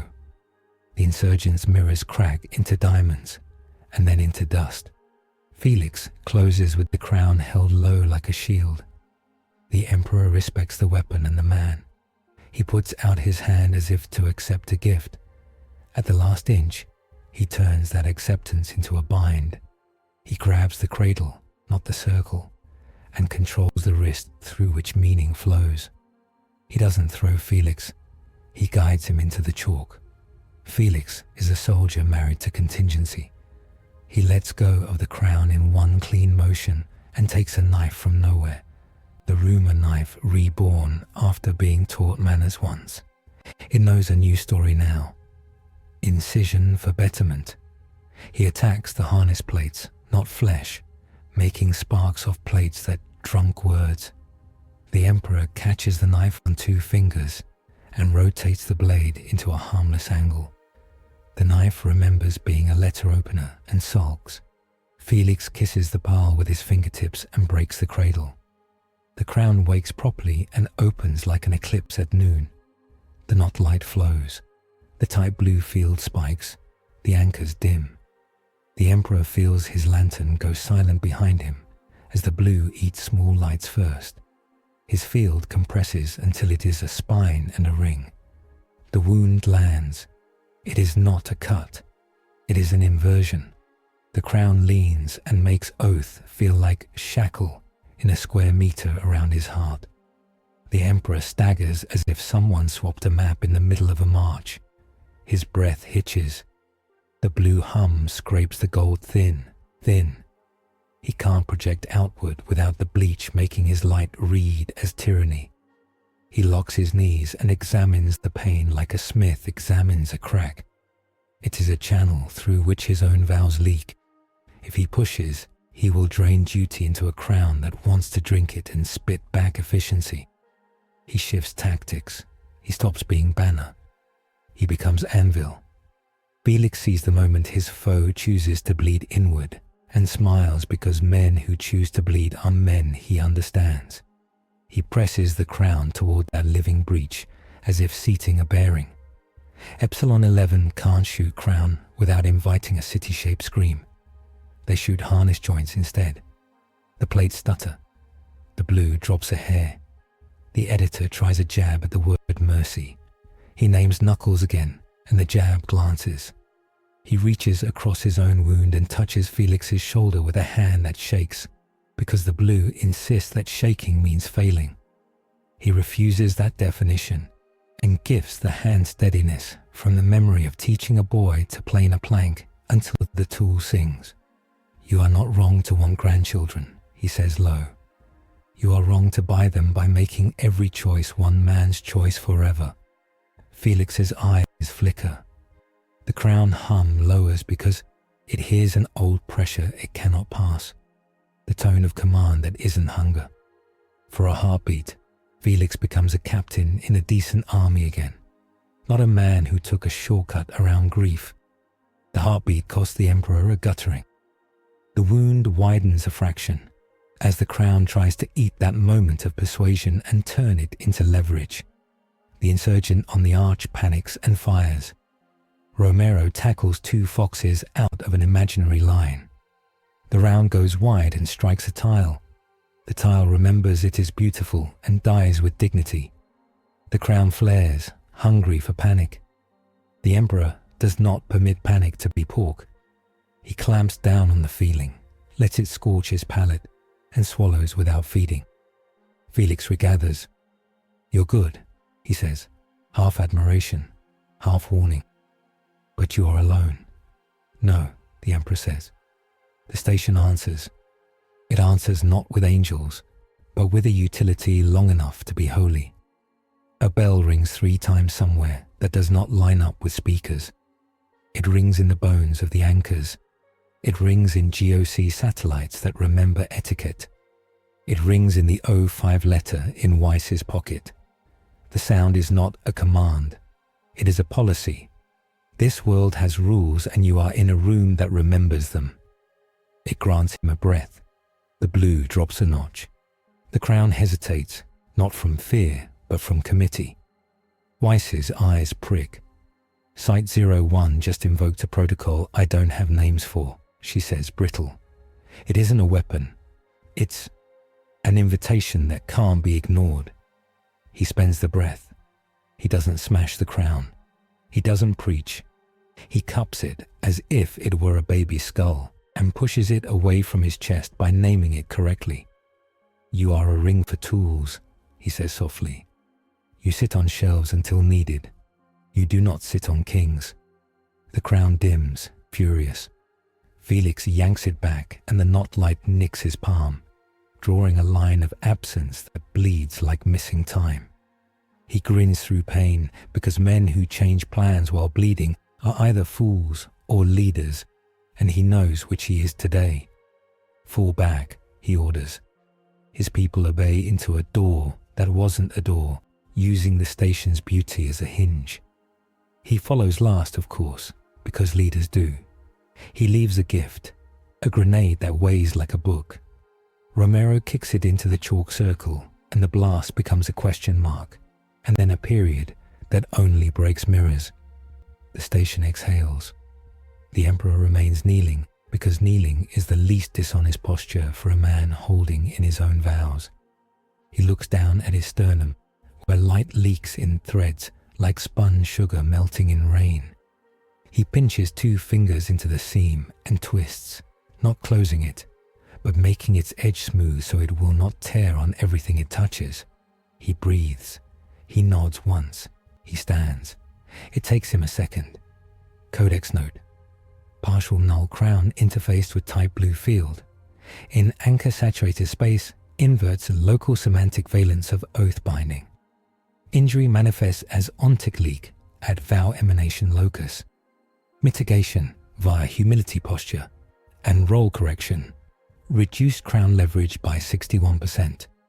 Weiss comes in fast and stops just short. "How bad?" she asks. "Not mortal," he says. "But if I try to be very large, it will flavor me wrong. I stay person. I can fight." Klein studies his face, because faces tell you when you're about to lose a town. She reads fatigue and something quieter. Doubt. The kind that eats good commanders after midnight. "We draw lines that let you stay person," she says. "No statues. More lanterns." Iyengar's whisper tugs under the hum. "The editor add adjectives in that room," she says. "It will try again with your next big moment. It will aim for tyrant or force. Don't give it a banner." Temptation lingers in the tile dust. The crown's promise of clean lines and straight answers, every bridge repaired, every insurgent disarmed, every reptile caged without widows. He tastes the sugar in it and spits it out. But refusal has a price, and it arrives small. A fox with freckles and a new sergeant's stripe, Sanchez, sits down hard on the platform and stares at his hands. I thought about letting him do it, he says to no one. Just for a second, I imagine sleeping. That's not me. That's my job lying to me. He shakes once. The Emperor puts a hand on his shoulder and names the feeling out loud so it stops being poison. It's hunger, he says. Good hunger. Keep it on a leash. Above ground, the city registers the duel in the way old places do. A wind that tastes like basil and old brass moves down Park Row. Rats pause and reconsider pessimism. A violinist in the tunnel finds the right pitch and earns an extra bill folded small. None of them know why it feels like their world chose not to wear a crown. News of the bell reaches people who are not supposed to believe in bells. Brigadier Voss logs the event as Unknown Site 01 Advisement Emission, Global. 3 GOC operators remove their hands from levers without being told, because their grandmothers taught them not to talk in church. Lector Sana writes the ring in a margin and draws a little serpent around it that is smiling without malice. Felix Harrow wraps his cut hand with a strip of shirt and looks at the crown and says, Not today, to no one, to everyone. They regroup in the maintenance room. No one tries to take his chair. He doesn't sit anyway. He leans on the table like a tired tree. The wound in his chest does not throb. It ticks. It is a metronome, counting his attempts to be more than a man. He accepts the reprimand. I will be small on purpose, he says, until the throne at the end of your hallway decides whether I am guest or hazard. Weiss rubs her eyes with a palm and lands on professional again. They want you at Site 01, she says. They rang that bell to say, we see you. It's not a sword. It's a summons. Klein frowns. We can't spare him for a pilgrimage while the lizard breathes and the editor prowls. Iyengar counters, gentler than usual. We pay more if we ignore the bell. It's not magic. It's policy. The world gets uglier when we disrespect good ritual. He looks at the letter she pockets. Soon, he repeats. First the reptile. It will come not as teeth, but as a plan that does not need them. He is right. 682 re-emerges with a geometry stolen from the pool. A jaw that isn't a jaw. A ring of not light shaped into spurs along its palate. It scrubs at the anchors with each breath, eroding swing back into grind.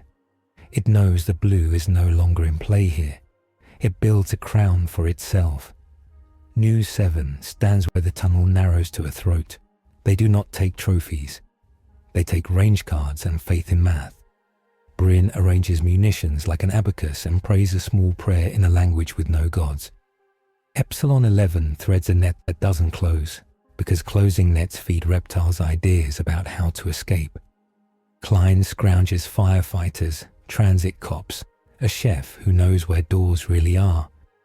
The Emperor hangs back at the second line, cursing the tick in his chest because it forbids the kind of glorious intervention that would write the wrong story. The fight is ugly. Acid and pressure and song trade time.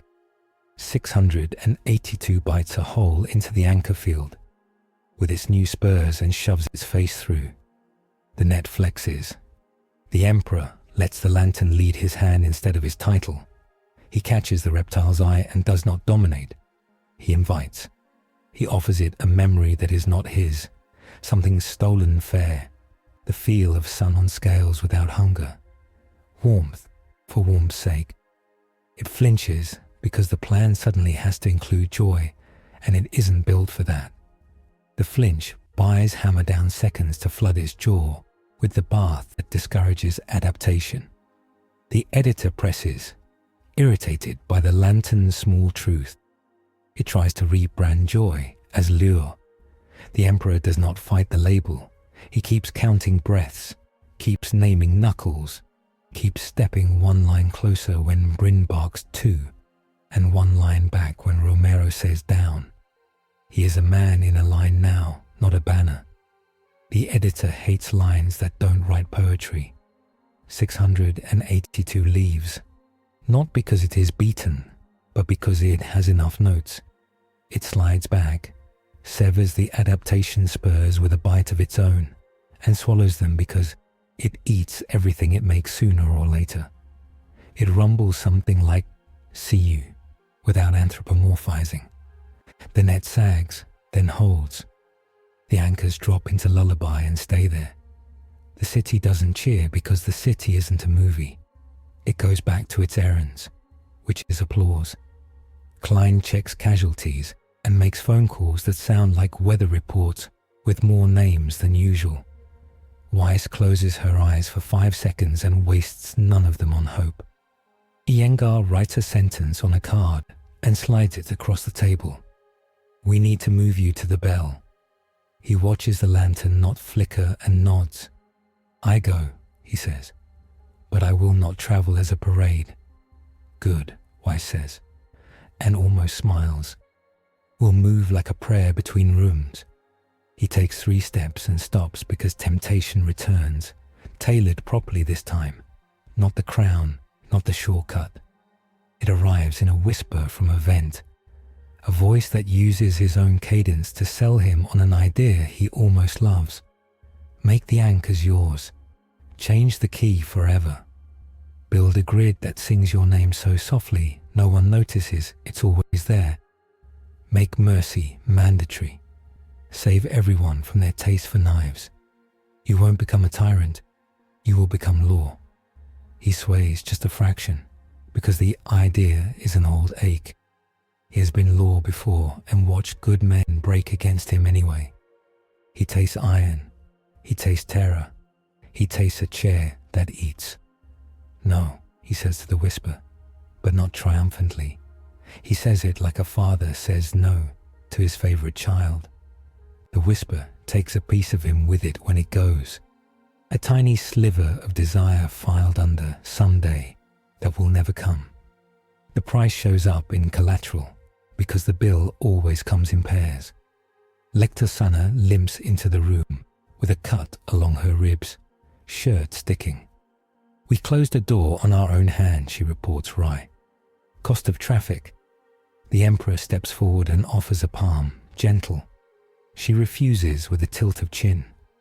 "Let me bleed," she says. "I'm reading." He bows because women who tell the truth about their pain build cities. Klein stitches Sana without moving her book. Romero holds the light and tells a story about a dog that learned to count to 10 for treats and then counted for sorrow. When no one had treats left, everyone pretends they aren't listening so they can hear it better. Sacred intervention returns, this time quieter and more pointed. A text arrives on devices that aren't connected from a number that doesn't exist. It shows a date and a time and a room with no doors. It doesn't say Site 01. It doesn't say 05. It says, "We owe each other answers." The message heats every badge for a heartbeat, like a candle held too close. It is not a threat. It is an appointment set at the level where calendars keep planets moving. Weiss looks at him. "This isn't optional," she says. "The last time they rang, they only wanted to stop us from breaking a ritual. This time, they put the ritual in your pocket." He touches the lantern and it does not burn. He looks at his wound and it doesn't gush. He looks at the city and it breathes. He looks at Klein and at Romero and at Sana and at Iyengar's sentence on the card. He looks at the bell he can't see. "We go now," he says, before the editor writes our names into something ugly. Weiss nods. "Escort will be quiet. Blank tilted corridor. Medici stop for you to sit without kneeling because posture is policy." She glances at Klein. "You have the line." Klein salutes like a promise. "We keep singing," she says. We keep boring. We keep dancing. If the lizard bites, we give it jazz. He smiles back, and it's lighter than before, because small words have held him up for hours, and that's heavier than banners. He takes his first step toward judgment and feels the wound tick, then slow, because even injuries respect appointments set in common rooms. As they move, the city continues being a city. Salsa in a bodega aisle, laughter that knows it almost died today and knows it will again. A bus driver who slows for a woman with 2 bags and a limp. A cop who looks at a door that wasn't there yesterday and decides it's a rumor because he wants to make it to his kid's recital. The editor watches and waits because it prefers stages, not kitchens. They pass through a chapel made of Medici lights and aluminum. A nurse tapes a line to his skin that never kinks and says, "You don't look like anyone's picture of a patient." He answers, "Everyone is a patient of time." And she snorts and pushes a cup of water into his hand like a sacrament. He drinks. It helps. In the corridor, shaped like a hinge, 3 nulls stand like lamplighters. Blanks whose mere presence flattens cheap tricks. Faces calm in the way of men who wake every day and decide to keep being a wall. They make a path that insults neither anchors nor saints. He walks between them and doesn't bleed as much. He thanks each with a nod that feels like old comradeship. They blink, surprised to be included in a category mostly reserved for noise. The last door isn't a door. It is a decision compressed into architecture. He puts his palm to it. It warms, remembering rings, remembering rooms where men sat around tables and decided which parts of the world to tell the world about.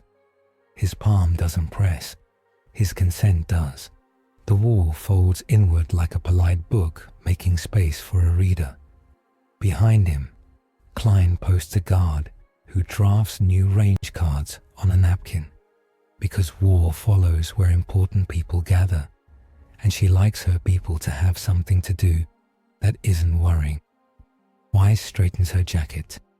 Yengar tucks a new sentence into her sleeve. You cannot argue with a god, but you can negotiate with a neighbor. Lector Sana leans against a pillar and reads, pretending she won't keep count of how many minutes pass before the man returns with a new mandate stamped on his breath. He steps through, light trimmed to lantern.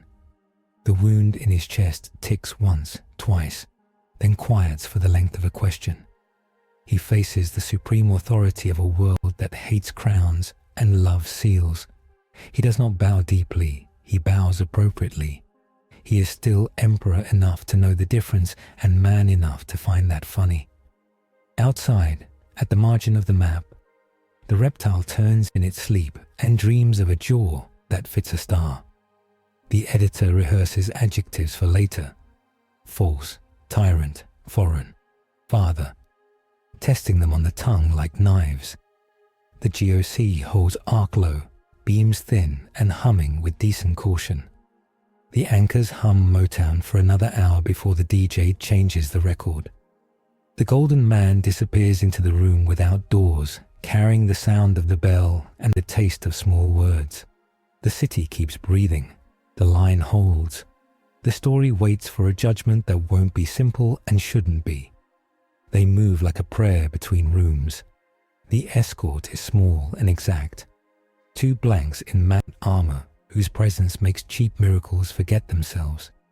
4 foxes with contracts folded into their optics. 1 Medici carrying a kit like a chapel in a bag. He walks at the center, light trimmed to lantern, pain marked and managed, every step an audit. The Medici stop is a circle of cots under fluorescence that hum in the same key as the tuned anchors. A nurse with ink on her wrist, names in a line, some crossed out, some circled, checks his pulse and looks irritated when her monitor cannot agree on his rhythm. "You're an electrical fire in a linen closet," she says. "We keep the linens wet. You keep not burning." He smiles with the corners of his mouth. Fair. Weiss sits on a crate, as if it were a lectern. Klein stands with hands in her pockets, never far from motion. Iyengar leans where shadows refuse to pool, chewing a piece of gum that probably exists to anchor her palate to human. Cost versus dogma, Weiss says without prelude. We could cut amnestic use by a third if we let you broadcast calm. We could save marriages and morgues. We could also erode the principle that people own their own minds. Broadcasting calm is a polite tyrant, he answers. It replaces trust with performance. You will win days and lose years. Klein lifts a shoulder. Our dogma is survival first, but survival without a self to enjoy it is not a victory anybody marches for. She taps a SRA control pad with a knuckle. We tune these to dance. We can tune policy too, case by case. Iyengar blows a tiny bubble and pops it quietly. Cost then, she says. Anchors shave you. Bells compel you. The editor stalks your adjectives and tries to glue the worst ones on. You can outstubborn most of that. You can't outstubborn time. We need a cadence that won't grind you down. He looks at the lantern glow around his hands. The cadence is humility. I stop being a weather system and stay a man. He meets Weiss's gaze. Your dogma is secrecy. It is not evil. It is not holy. Treat it like a tool, not a creed. Weiss nods once, the kind of nod that says a knife-edge argument landed without cutting too deep. We'll write that down, she says. In pencil. Klein tilts her head toward the corridor. Ride starts, she says. Null tilted up to the hinge, then the long stare. The blanks lead. Their presence is a low tide. Memories of shining banners roll back from the beach and leave wet sand and truth. Epsilon 11 takes the flanks with the rifles that whisper safety to their owners. The lantern throws long shadows. He keeps his eyes on small, honest things, the scuff of a boot, the nick on a handrail, the way the medikey's braid rests like rope on her shoulder. Midway through the second stretch, air cools, then thins, as if the corridor forgot to be inside and became a high ridge under a sky that isn't this world's sky. The lantern dims. The blank's visors fog with patterns like frost flowers. Iyengar's gum loses its taste and becomes chalk in her mouth. She spits into a rag. Interference, she says calmly. It learned our rhythm. The thing waiting at the bend is not a monster with the teeth. It is a silhouette calibrated to his eye, a man-shaped equation wearing the idea of his armor, the gold turned to brushed steel, the face sanded smooth until it is a mirror without a subject. It carries no weapons. It carries compliance. Where it steps, the tuned anchors forget to swing and default to grind, happy to serve a simpler principle. Romero breathes in and half says a prayer, then remembers the rule against big words and settles for counting. 1, 2, 3, 4. Iyengar whispers, don't name it. Don't try to out-title it. The silhouette tilts its head, like a predator taught manners for a dinner party. Its voice is his voice with all the warmth removed and none of the discipline. Stop being variable, it says. Become function. I will make you efficient. Mirror, Klein murmurs. It's building him out of policy and resentment. The Emperor steps forward into his own shadow and does not lift his chin. I am not a function, he says. I am a father. The mirror's helm ripples once, as if amused. Fathers enforce bedtimes. I enforce bedtimes for civilizations, where the good word be the end of confusion. The blanks move to flank. The corridor buckles slightly, not in matter, but in routine. Time in this stretch wants to become schedule.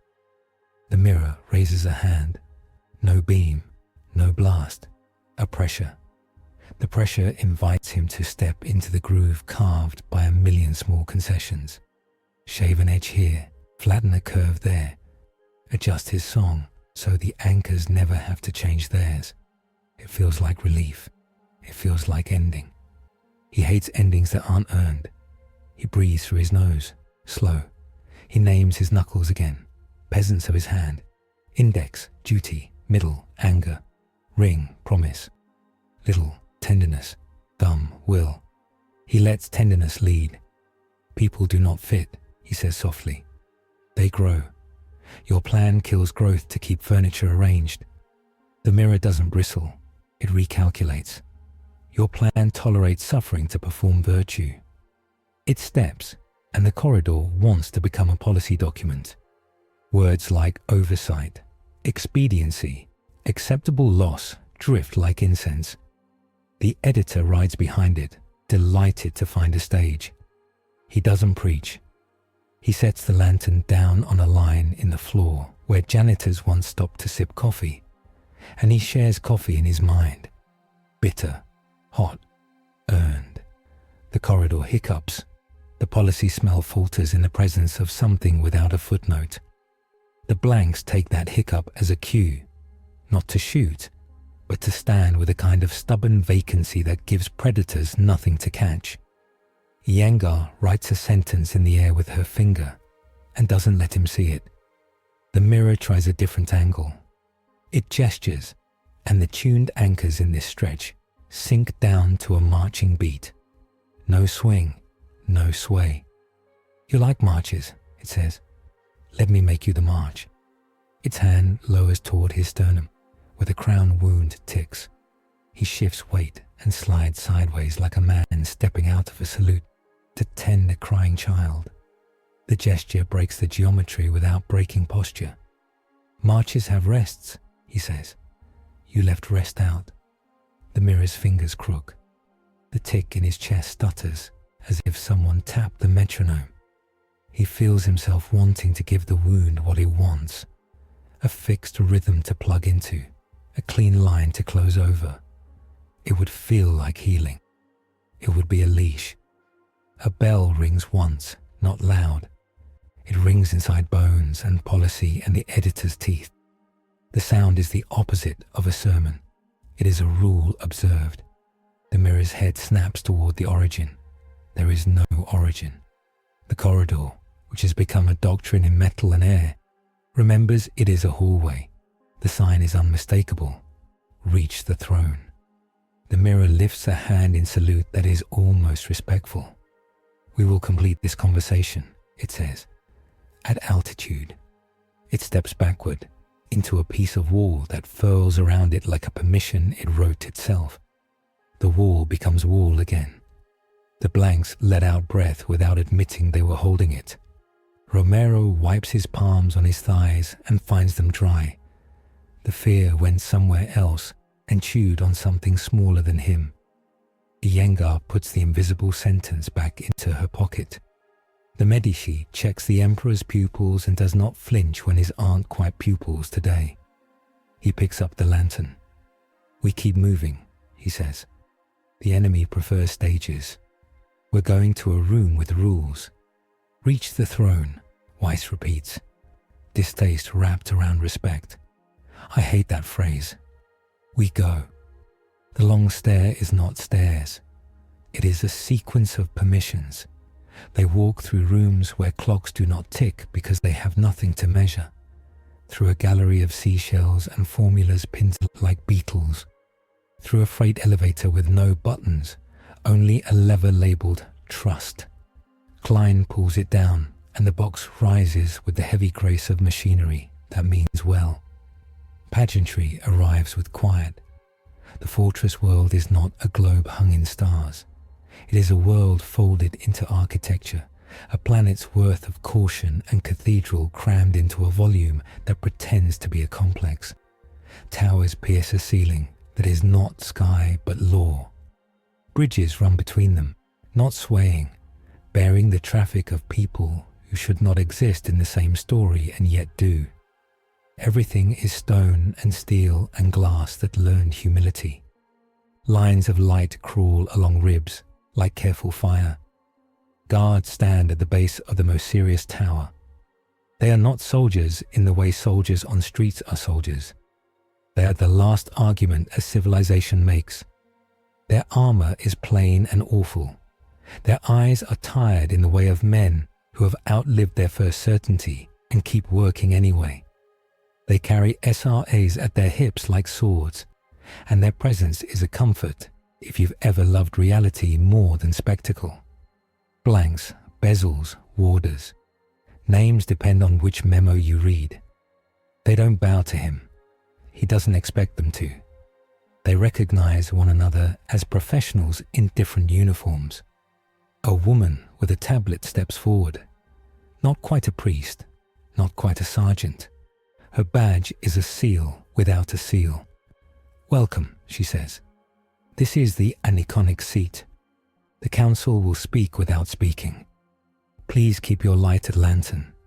She has the tone people use to ask the tide to mind the path. He nods and it does. They walk into a hall that is too simple to be grand and therefore is grand. A table like a runway. Chairs that look like they would be happy holding anyone. Walls hung with nothing except good proportions. The air is clean of perfume and lies. The audience is silent because it is not an audience. It is an assembly. Numbers hang above chairs as if someone hung coats of arms of arithmetic. Bodies sit under the numbers. Faces resolve only as much as consent allows. The administrator, if such a person exists, doesn't raise a hand. The room already knows how to listen. Something like telepathy happens, but it isn't mind reading. It is contract language without paper. The thoughts that rise are clear and edged and respectful of the other. No one forces images into anyone else's head. They agree on a table of contents and then move through it together like old lawyers who still love the law for what it tries to be. "You arrived in a breach," they say without voice. "You stabilized a city by making it heavier where it needed density and lighter where it needed mercy. You accepted taxation by our anchors and did not break them. You allowed the GOC to observe without escalating. You refused a crown, twice, once with your hands and once with a posture.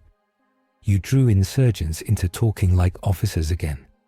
You taught our machines a rhythm and did not demand ownership of the song." He answers without voice. "Your world is a hospital that hides its triage so civilians do not panic in waiting rooms. I respect the choice and the skill. Your oath is survival. Mine is stewardship. Where these overlap, I will bleed. Where they do not, they say, throats not moving, tooth not showing, you will obey our lines. We cannot allow a god to teach public ethics. We cannot allow a banner to become a flag. We cannot allow a crusade to borrow our streets." He nods. He has been told worse by better sons. "Where you draw lines that keep wolves out, I will patrol. Where you draw lines that keep lambs clean, I will argue for mud." The administrator. If that's who speaks when the numberless chair leans into the air, brushes the room with a tone like cold water after heat. "3 questions, the tone says. First, do you intend to stay? Second, do you accept that our doctrine will cut you? Third, will you take a mandate that limits your hand but deepens your reach? He does not answer quickly because speed is disrespect when rules try to kiss hands. I will stay until the light I left survives without me, he answers. I accept that your doctrine will cut, and I will look to see if the cut is clean and necessary. I will accept your mandate if it binds me to mercy before victory. The room thinks that over. Numbers shift slightly, as if talk happens under the surface that he cannot hear and respects the privacy of. Finally, the cold water tone returns. Then you will be sanction pending, with operating rules. You will learn to use blank escorts as brakes and as shields. You will scale your effects through human institutions rather than around them. You will not address populations as a population. You will aim deeds at circles you can see the faces of. Your large moves require 2 signatures, one from a secular authority in the city you help, one from a sacred or secret authority charged with their safety. Under attack by Apollyon-class events, you will act without waiting and accept audit after. Under any crown, you will withdraw. He nods. It is more constraint than men like him like. It is less constraint than tyrants fear. It is a contract he can inhabit without becoming small. They let him feel the weight of the promise. It is heavy. It reaches past the city, down a ladder of sights and secrets into rooms where people who never write their names line shelves with predicates. Must, shall, will not. The mandate will be law, not because they say it is, but because people who enforce law will anchor their choices to it. Weiss stands behind him, hands at her sides, and recognizes a victory when it doesn't look like one. Klein feels her shoulders drop because she was bracing for being told to shoot him in the back someday, and now she can imagine retiring without that memory. Iyengar keeps still and memorizes the shape of the silence, so she can notice when it changes. Power scaling interlude. 2. Under the sanction, his broadcast radius collapses to rooms and corridors. City-wide effects must be routed through tuned anchors and human systems that accept the routing, or they slough off as weather. Any attempt to write his title onto the sky drains into the editor's mouth. Small acts close to faces deny the predator purchase. Blank presence near him serves as a governor, capping the harmonic rise of his field and protecting him from crown logic. But too many blanks in a cluster reduce him to almost human, which is safe and costly. 2 signature operations let him push power through institutional channels without tripping the Malak bleach, provided the GOC keeps arc low and doesn't swing to Malak again. Crowns, Paul, Null, or improvisations can still invert his oath if they touch him, or if he swells the banner within their radius. Humility, posture, and role correction remain his only clean counters. The room with numbers does one last thing before releasing him back to halls and sirens. It asks for a story in return for the mandate. Not a prophecy, a story. How would you end this day well? He answers with a small picture. This evening, a fox who failed once will bring coffee to a nurse. The nurse will have time to take one sip in peace.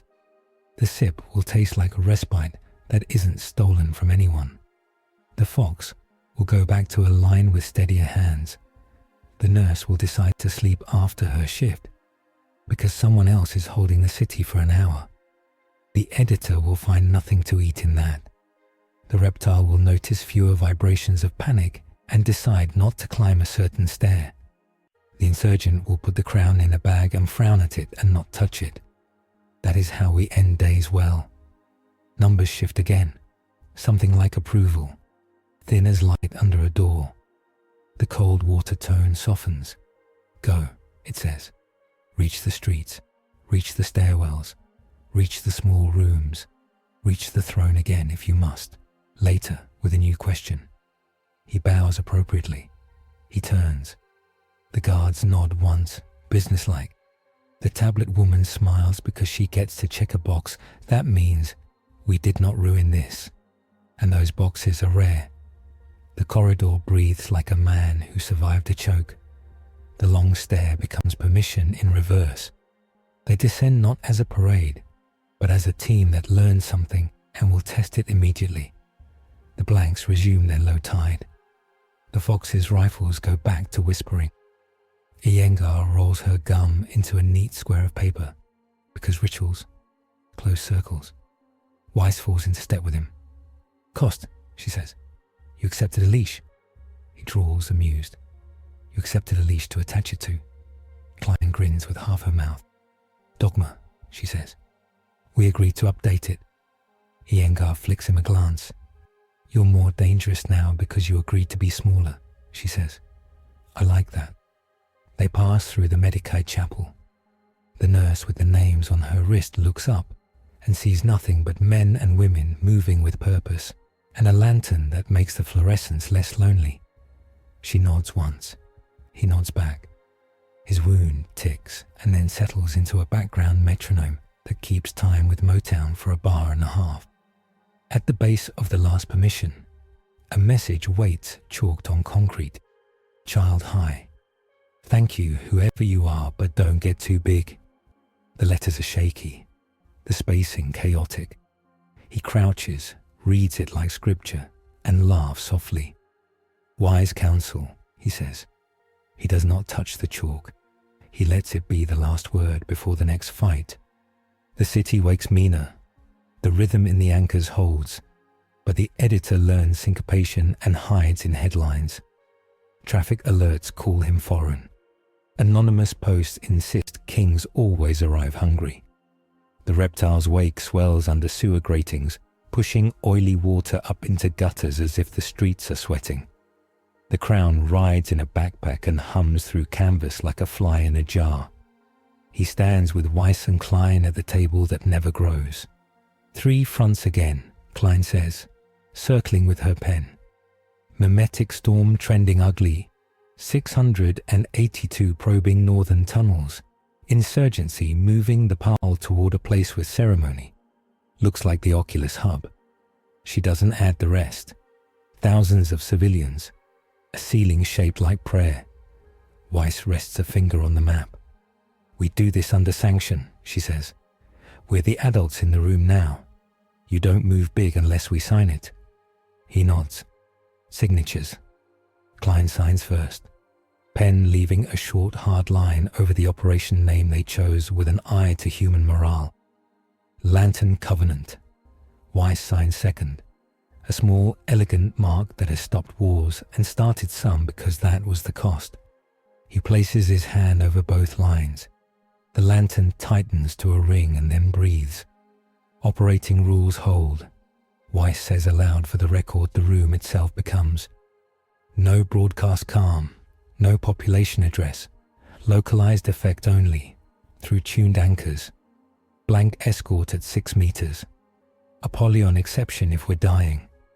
He answers with the soldier's brevity. Understood. They move.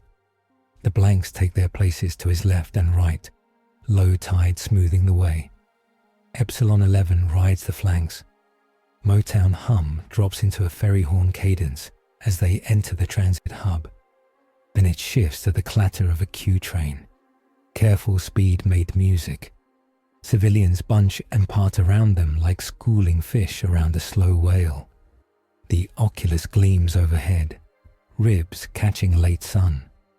The crown's knot light glows a little under the pack, a false lantern thrown into a cathedral.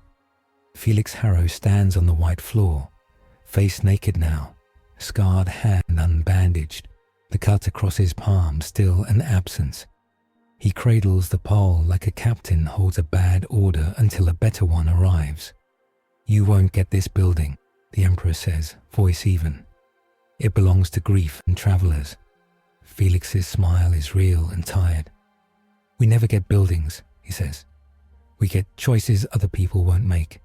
He nods toward the ribs. You make one too. Above them, screens flicker as the editor pushes text. King without asking. King who names himself. King who stays. He doesn't look up. He names his knuckles again. Palm loose at his side, breath even. Index, duty. Middle, anger. Ring, promise. Little, tenderness. Thumb, will. He lets tenderness lead. Klein's people peel civilians with soft hands and hard directions. Romero's foxes thread contracts into air, cutting lines the crown would like to write along. The blanks shift a step closer. The tuned anchors switch to playground chant. Because this roof deserves children. Felix lifts the crown once, like a toast to compromise. You can wear it and we'll hold you to account, he says. We'll be your bad conscience. We'll shoot you if your light turns to a searchlight. I have sons, the Emperor answers quietly. They shot me once when I deserved it. I will not earn another firing line. Iyengar's text reaches them like a note slid under a door. Keep small. Do good near faces. Don't touch the big words. He steps toward Felix, each footfall heavy with ordinary. If you mean grandchildren, he says, help me protect the little next hour instead of the next century. Put the ring down. Felix looks at the cut in his palm. He sees a way to never make another widow. He also sees the price on the tag. A world without noise. He takes one breath and spends it on something that will change his night, if not his life. He lowers the pile. It won't stay down, he says. Nothing ever does. Then we pick it up later together, the Emperor says. The floor trembles like a bass note played too loud. 682 hits a column below with its new palette of spurs and not light. The ribs throw dust. People scream, then stop, because the tuned anchors tell their amygdalas how to breathe without lying about danger. Klein barks range and gets angles. Epsilon 11 sets lines that make the reptile's plan stupid. The blanks plant themselves where the world needs a hinge. Weiss says, no broadcast, keep it close. And he nods. He moves to the edge of the floor and kneels above the breached column. 682 looks up through rebar and concrete, jaw glittering with crown geometry, eyes old and rude. It bites up into his aura and meets a field that is person, not banner. It takes something, but not everything. He puts his palm to the concrete and gives it cohesion, not gold. The pillar remembers it is a pillar because a man asked nicely. The reptile pushes crown spurs through the gap again. He lets it. Then he slots a blank into the wound like a keystone. Human emptiness that teaches crowns what doors feel like when they don't open. The spurs kiss null and dim. 682 snarls and shifts tactics, chewing sideways into utility shafts. Flood now, bring calls from the service level. Then hammer. The bath pours. Acid whispers law to adaptation. The reptile recoils into a drain with a furious grace. Hammer down lay steel against concrete. The hub holds. The editor sees the stage and tries to paint his name in a bad font. King, tyrant, foreign. He does not argue. He teaches the room small. He helps a falling tourist regain balance and says, "You're okay," and means it to one face. He hands a lost child to a transit cop and nods to the cop like equals. He lets a janitor hold his lantern for 10 seconds, and the janitor grins and says, "Heavy," and the editor can't use that because it's honest. The crown heats. The false light becomes hungry light. Felix grips it until his knuckles blanch. Then his hand slackens.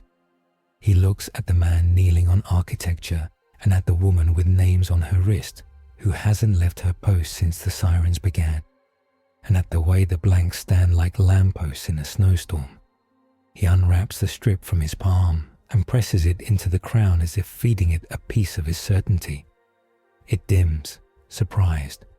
He looks at Weiss and Klein. "Tell me to do the right thing," he says. "You already are," Klein answers, "the way you talk to a soldier who wants a sound to climb. Finish." Felix turns the crown inward like a trap sprung backward. He smashes it on the tile. Not light spills and tries to go somewhere. The blanks breathe. The tuned anchors switch to a ferry horn again. The not light sulks and dies in the presence of a city too busy to be crowned. The floor he kneels on stops shivering. He palms the seam and the wound in his chest heats like steel before it goes red. The editor lunges at the adjective it wants most. Father. It tries to make it code for owner. He refuses to let the word bend. Father remains the man who picks up cups after soldiers leave and who ties blankets to cots and who says no more than he says yes, because yes can be lazy. Silence unclenches. The emergency bends back into crowd noise. The ribs of the roof accept they may live to see another morning. The reptile retreats under the city, not beaten but bored, counting its new teeth and wondering who it will be tomorrow. He rises slowly, The wound ticks, then holds steady like a drum a good band can march to. Weiss checks her watch, then him, as if sync matters. "You're under," she says. "No broadcast? You kept it local." "I have help," he says, and touches air near a blank in thanks. The blank nods, eyes dry. Iyengar texts a last line. "Editor lost appetite, not satiated. Rescheduling. Good." The world permits a pause. He breathes. He closes his eyes and finds himself not in a vision conjured by enemies, but in a still room that belongs to friends who insist on clarity before coronation. The bell tone returns without pageantry. It lays out 3 paths like 3 doors painted the same quiet grey. The first opens onto a ramp of light back to a throne he left, and a sky that trembles with prayer. On this path, he returns. He mends what he can mend. The crossing takes something. It always does. His memory of this world would fade like salt scars on leather. He would forget the taste of Motown in Anchors, and the chalk message in a stairwell, and the way a janitor laughed when a lantern pushed into her hands. It would be a mercy to him, and an injury to the city. It would be easy to call it balance. The second shows a field without fences, his light untrimmed, his will a weather system. He is free agent and father and banner and fuse.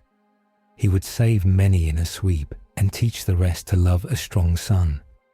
The editor all but claps, thrilled to have a noun to decorate. The Gymnon GOC angles its triangles. Weiss draws lines on a court order and Klein circles places to shoot. From a long way off, the world splits into stories written for and against him. It is not a world he hates. It is a world that will eventually fail because stories shouldn't have one protagonist. The third door opens on a smaller room with 2 desks. On one lies a stack of forms. On the other, a map with too many pins. There is a line on the floor where blanks will stand. There is a bench for Medicae cups and a hook for a jacket. There is a window nobody looks out because they are busy looking in. On wounds, on rules. The room is work. It binds. It asks him to be man and tool and neighbor and king in a rotation that will kill his vanity and save lives. He chooses without drama because he taught men to do that once and he won't waste his own lesson. He steps into the third.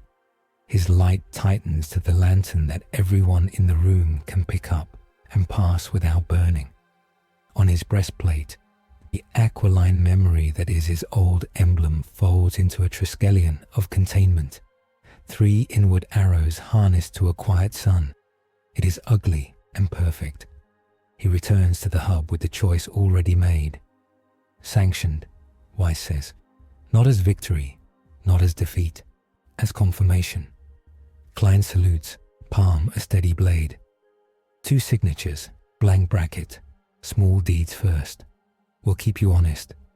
I will keep me honest, he says. You'll keep me small. The purge is not ceremony, it is work. Iyengar wraps language around the wound with thread the editor can't see, because it is named in 3 simple verbs: hold, mend, wait. A Medicae tapes a sensor to his skin that never obeyed instruments before. It obeys because the mandate makes obedience useful. The blanks stand like bookends. The tuned anchors hum a bar from a lullaby somebody's grandmother wrote in a language without a government. The scene cools. The metronome in his chest stops trying to be a clock and agrees to be time. He stands easier. He doesn't test his light. He accepts it. He looks at the chalk message again in memory. Don't get too big. And accepts that as scripture today. They write the boundaries clause aloud because saying rules out loud makes them stronger than PDFs. He begins. No broadcast calm. No citywide commands except in an event that eats cities. Weiss adds, 2 signatures for any effect beyond line of sight. Mine or my delegate, and a secular authority named in our incident scope. Klein continues. Blank escort within 6 meters for any action we'd call bright. Remove if it harms more than it guards. Iyengar. No crown contact. No pole, null, or similar within arm's reach. If contact occurs, posture to humility and roll correction. Everyone in earshot says your small name. He finishes. Amnestics only with consent or when lives die without them. Ritual apology afterward, if memory must be taken. Audit always. Mercy before victory. No throne built in a place where children play.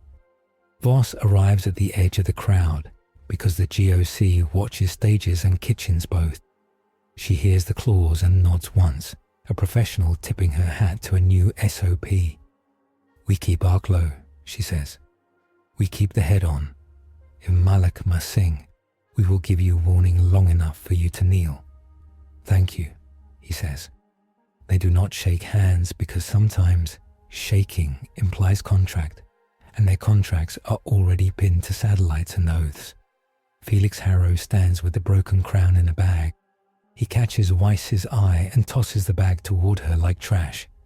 I'll bring you the pieces when I want to talk, he says. Today I don't. He looks at the Emperor. I'm not done. I'll keep looking for a clean world.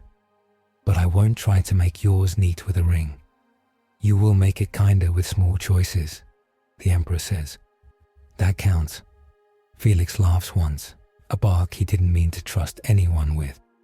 Don't make me a story, he warns. I'm not ready. He leaves before anyone writes him down.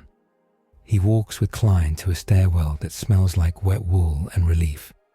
The nurse with the names on her wrist stands there, cup in hand, eyes closing for the length of a sip. A fox with freckles hands an older EMT a sandwich and says nothing, which is the right number of words. A janitor leans his mop against a wall and touches the new emblem on the golden breastplate, then snatches his hand back, embarrassed. He catches the hand and sets it gently on the metal again. It's not hot, he says. It belongs to you as much as me. Feels like work, the janitor says, surprised. Not like church. Good, he says. They spend the next hour being small on purpose. He lifts debris without making it look like a miracle, shoulders a door, holds a hand. He refuses 3 interviews and blesses no cameras. The editor sulks and looks for a better stage. The reptile sleeps, not content, not finished, but patient, a student with teeth and time. The hand closes a corridor and chalks a thank you in smaller letters. The GOC maintains Arklow and drafts a white paper called Lantern Interface Doctrine that will leak in 20 years and be argued over by people who weren't born yet. Night comes back. The city's light has edges again. He stands on a roof and watches the beams of Arklow draw gentle geometry. He sees the tuned anchors pulse in time with subways and heartbeat monitors and ferry horns. He hears a bell once, not in summons now, but like a clock that doesn't care if anyone pays attention, as long as someone does. He thinks of terror and a throne and a million whispered names, setting a bridge he had no right to survive. He thinks of the chalk warning and the signatures and the blank's dry nod and the taste of coffee. He thinks of what this world asked and what he decided it deserved. In rooms far from roofs, rival factions revise their catechisms. The O5 Council amends a line in a doctrine that pretends not to be one. Sanctioned entities may operate under the Lantern Clause with audit, blank bracket, and 2-signature control. Pending Apollyon emergencies. The paper is ugly. It will save lives. The GTGOC runs drills where Arklow holds, and Malak waits like a blade behind glass. Brigadier Voss files a memo titled Humility as Shield, and someone 3 layers above her pretends not to be moved and is. The hand writes a pamphlet about stories you can carry in pockets without waking gods. The broken gods parish in a tunnel welds a plaque onto a pipe. Preferred patch applied. Do not unscrew. Felix Harrow sits on a crate and watches the smashed crown not move, then sleeps with his hand on a rifle because comfort isn't the point. In the river under a bridge, a serpent that is not a serpent opens one eye and blinks away a rhythm it cannot learn yet. It memorizes lantern and blank and 2 signatures and smiles with no mouth. The editor cuts and pastes and throws darts at adjectives that miss more often than they hit. It will return with better darts and a different stage, as predators do. He turns away from the roof's edge because there is a woman in a hallway who needs a door opened and a boy on a bench who needs a story without a moral. Just a beginning and an end and a middle that admits fear. He opens the door. He sits on the bench. He tells about a forge where a hammer sagged and a child learned to hold it without flinching. He leaves out empires. The boy laughs in the right place. The editor slinks away to find a balcony. The symbol on his breastplate catches a streetlight as he walks. A quiet sun held in by 3 inward arrows that are not bars but hands. It looks, at a distance, like a badge. Up close, it looks like work. In a satellite photo, the GOC will analyze tomorrow. The tuned anchors across the city will glow for 1 frame in a pattern that resembles that emblem. Then the glow will fade because nothing permanent belongs on the sky tonight. A subway driver on the F line feels his brake lever as a lever again, not a question. He hums a lullaby to himself and doesn't know why the hum pleases the rails. A paramedic named Miko goes home and takes off her boots by the door and stares at her hands and decides to take a day next week and not feel guilty. She will not take the day, but the decision will make the week kinder. A child in Chinatown draws a circle with 3 arrows in and a little sun in the middle and tapes it to a fridge. His mother laughs and does not feel that anxiety she has started to think of as furniture for the length of the laugh. The golden man sleeps, not much, in a chair under fluorescent lights tuned to a kinder key. He doesn't dream of crowns. He dreams of range cards and chalk and a bell that rings because people agree it should. He will wake when a radio barks and a hand touches his arm. He will carry his lantern into another room.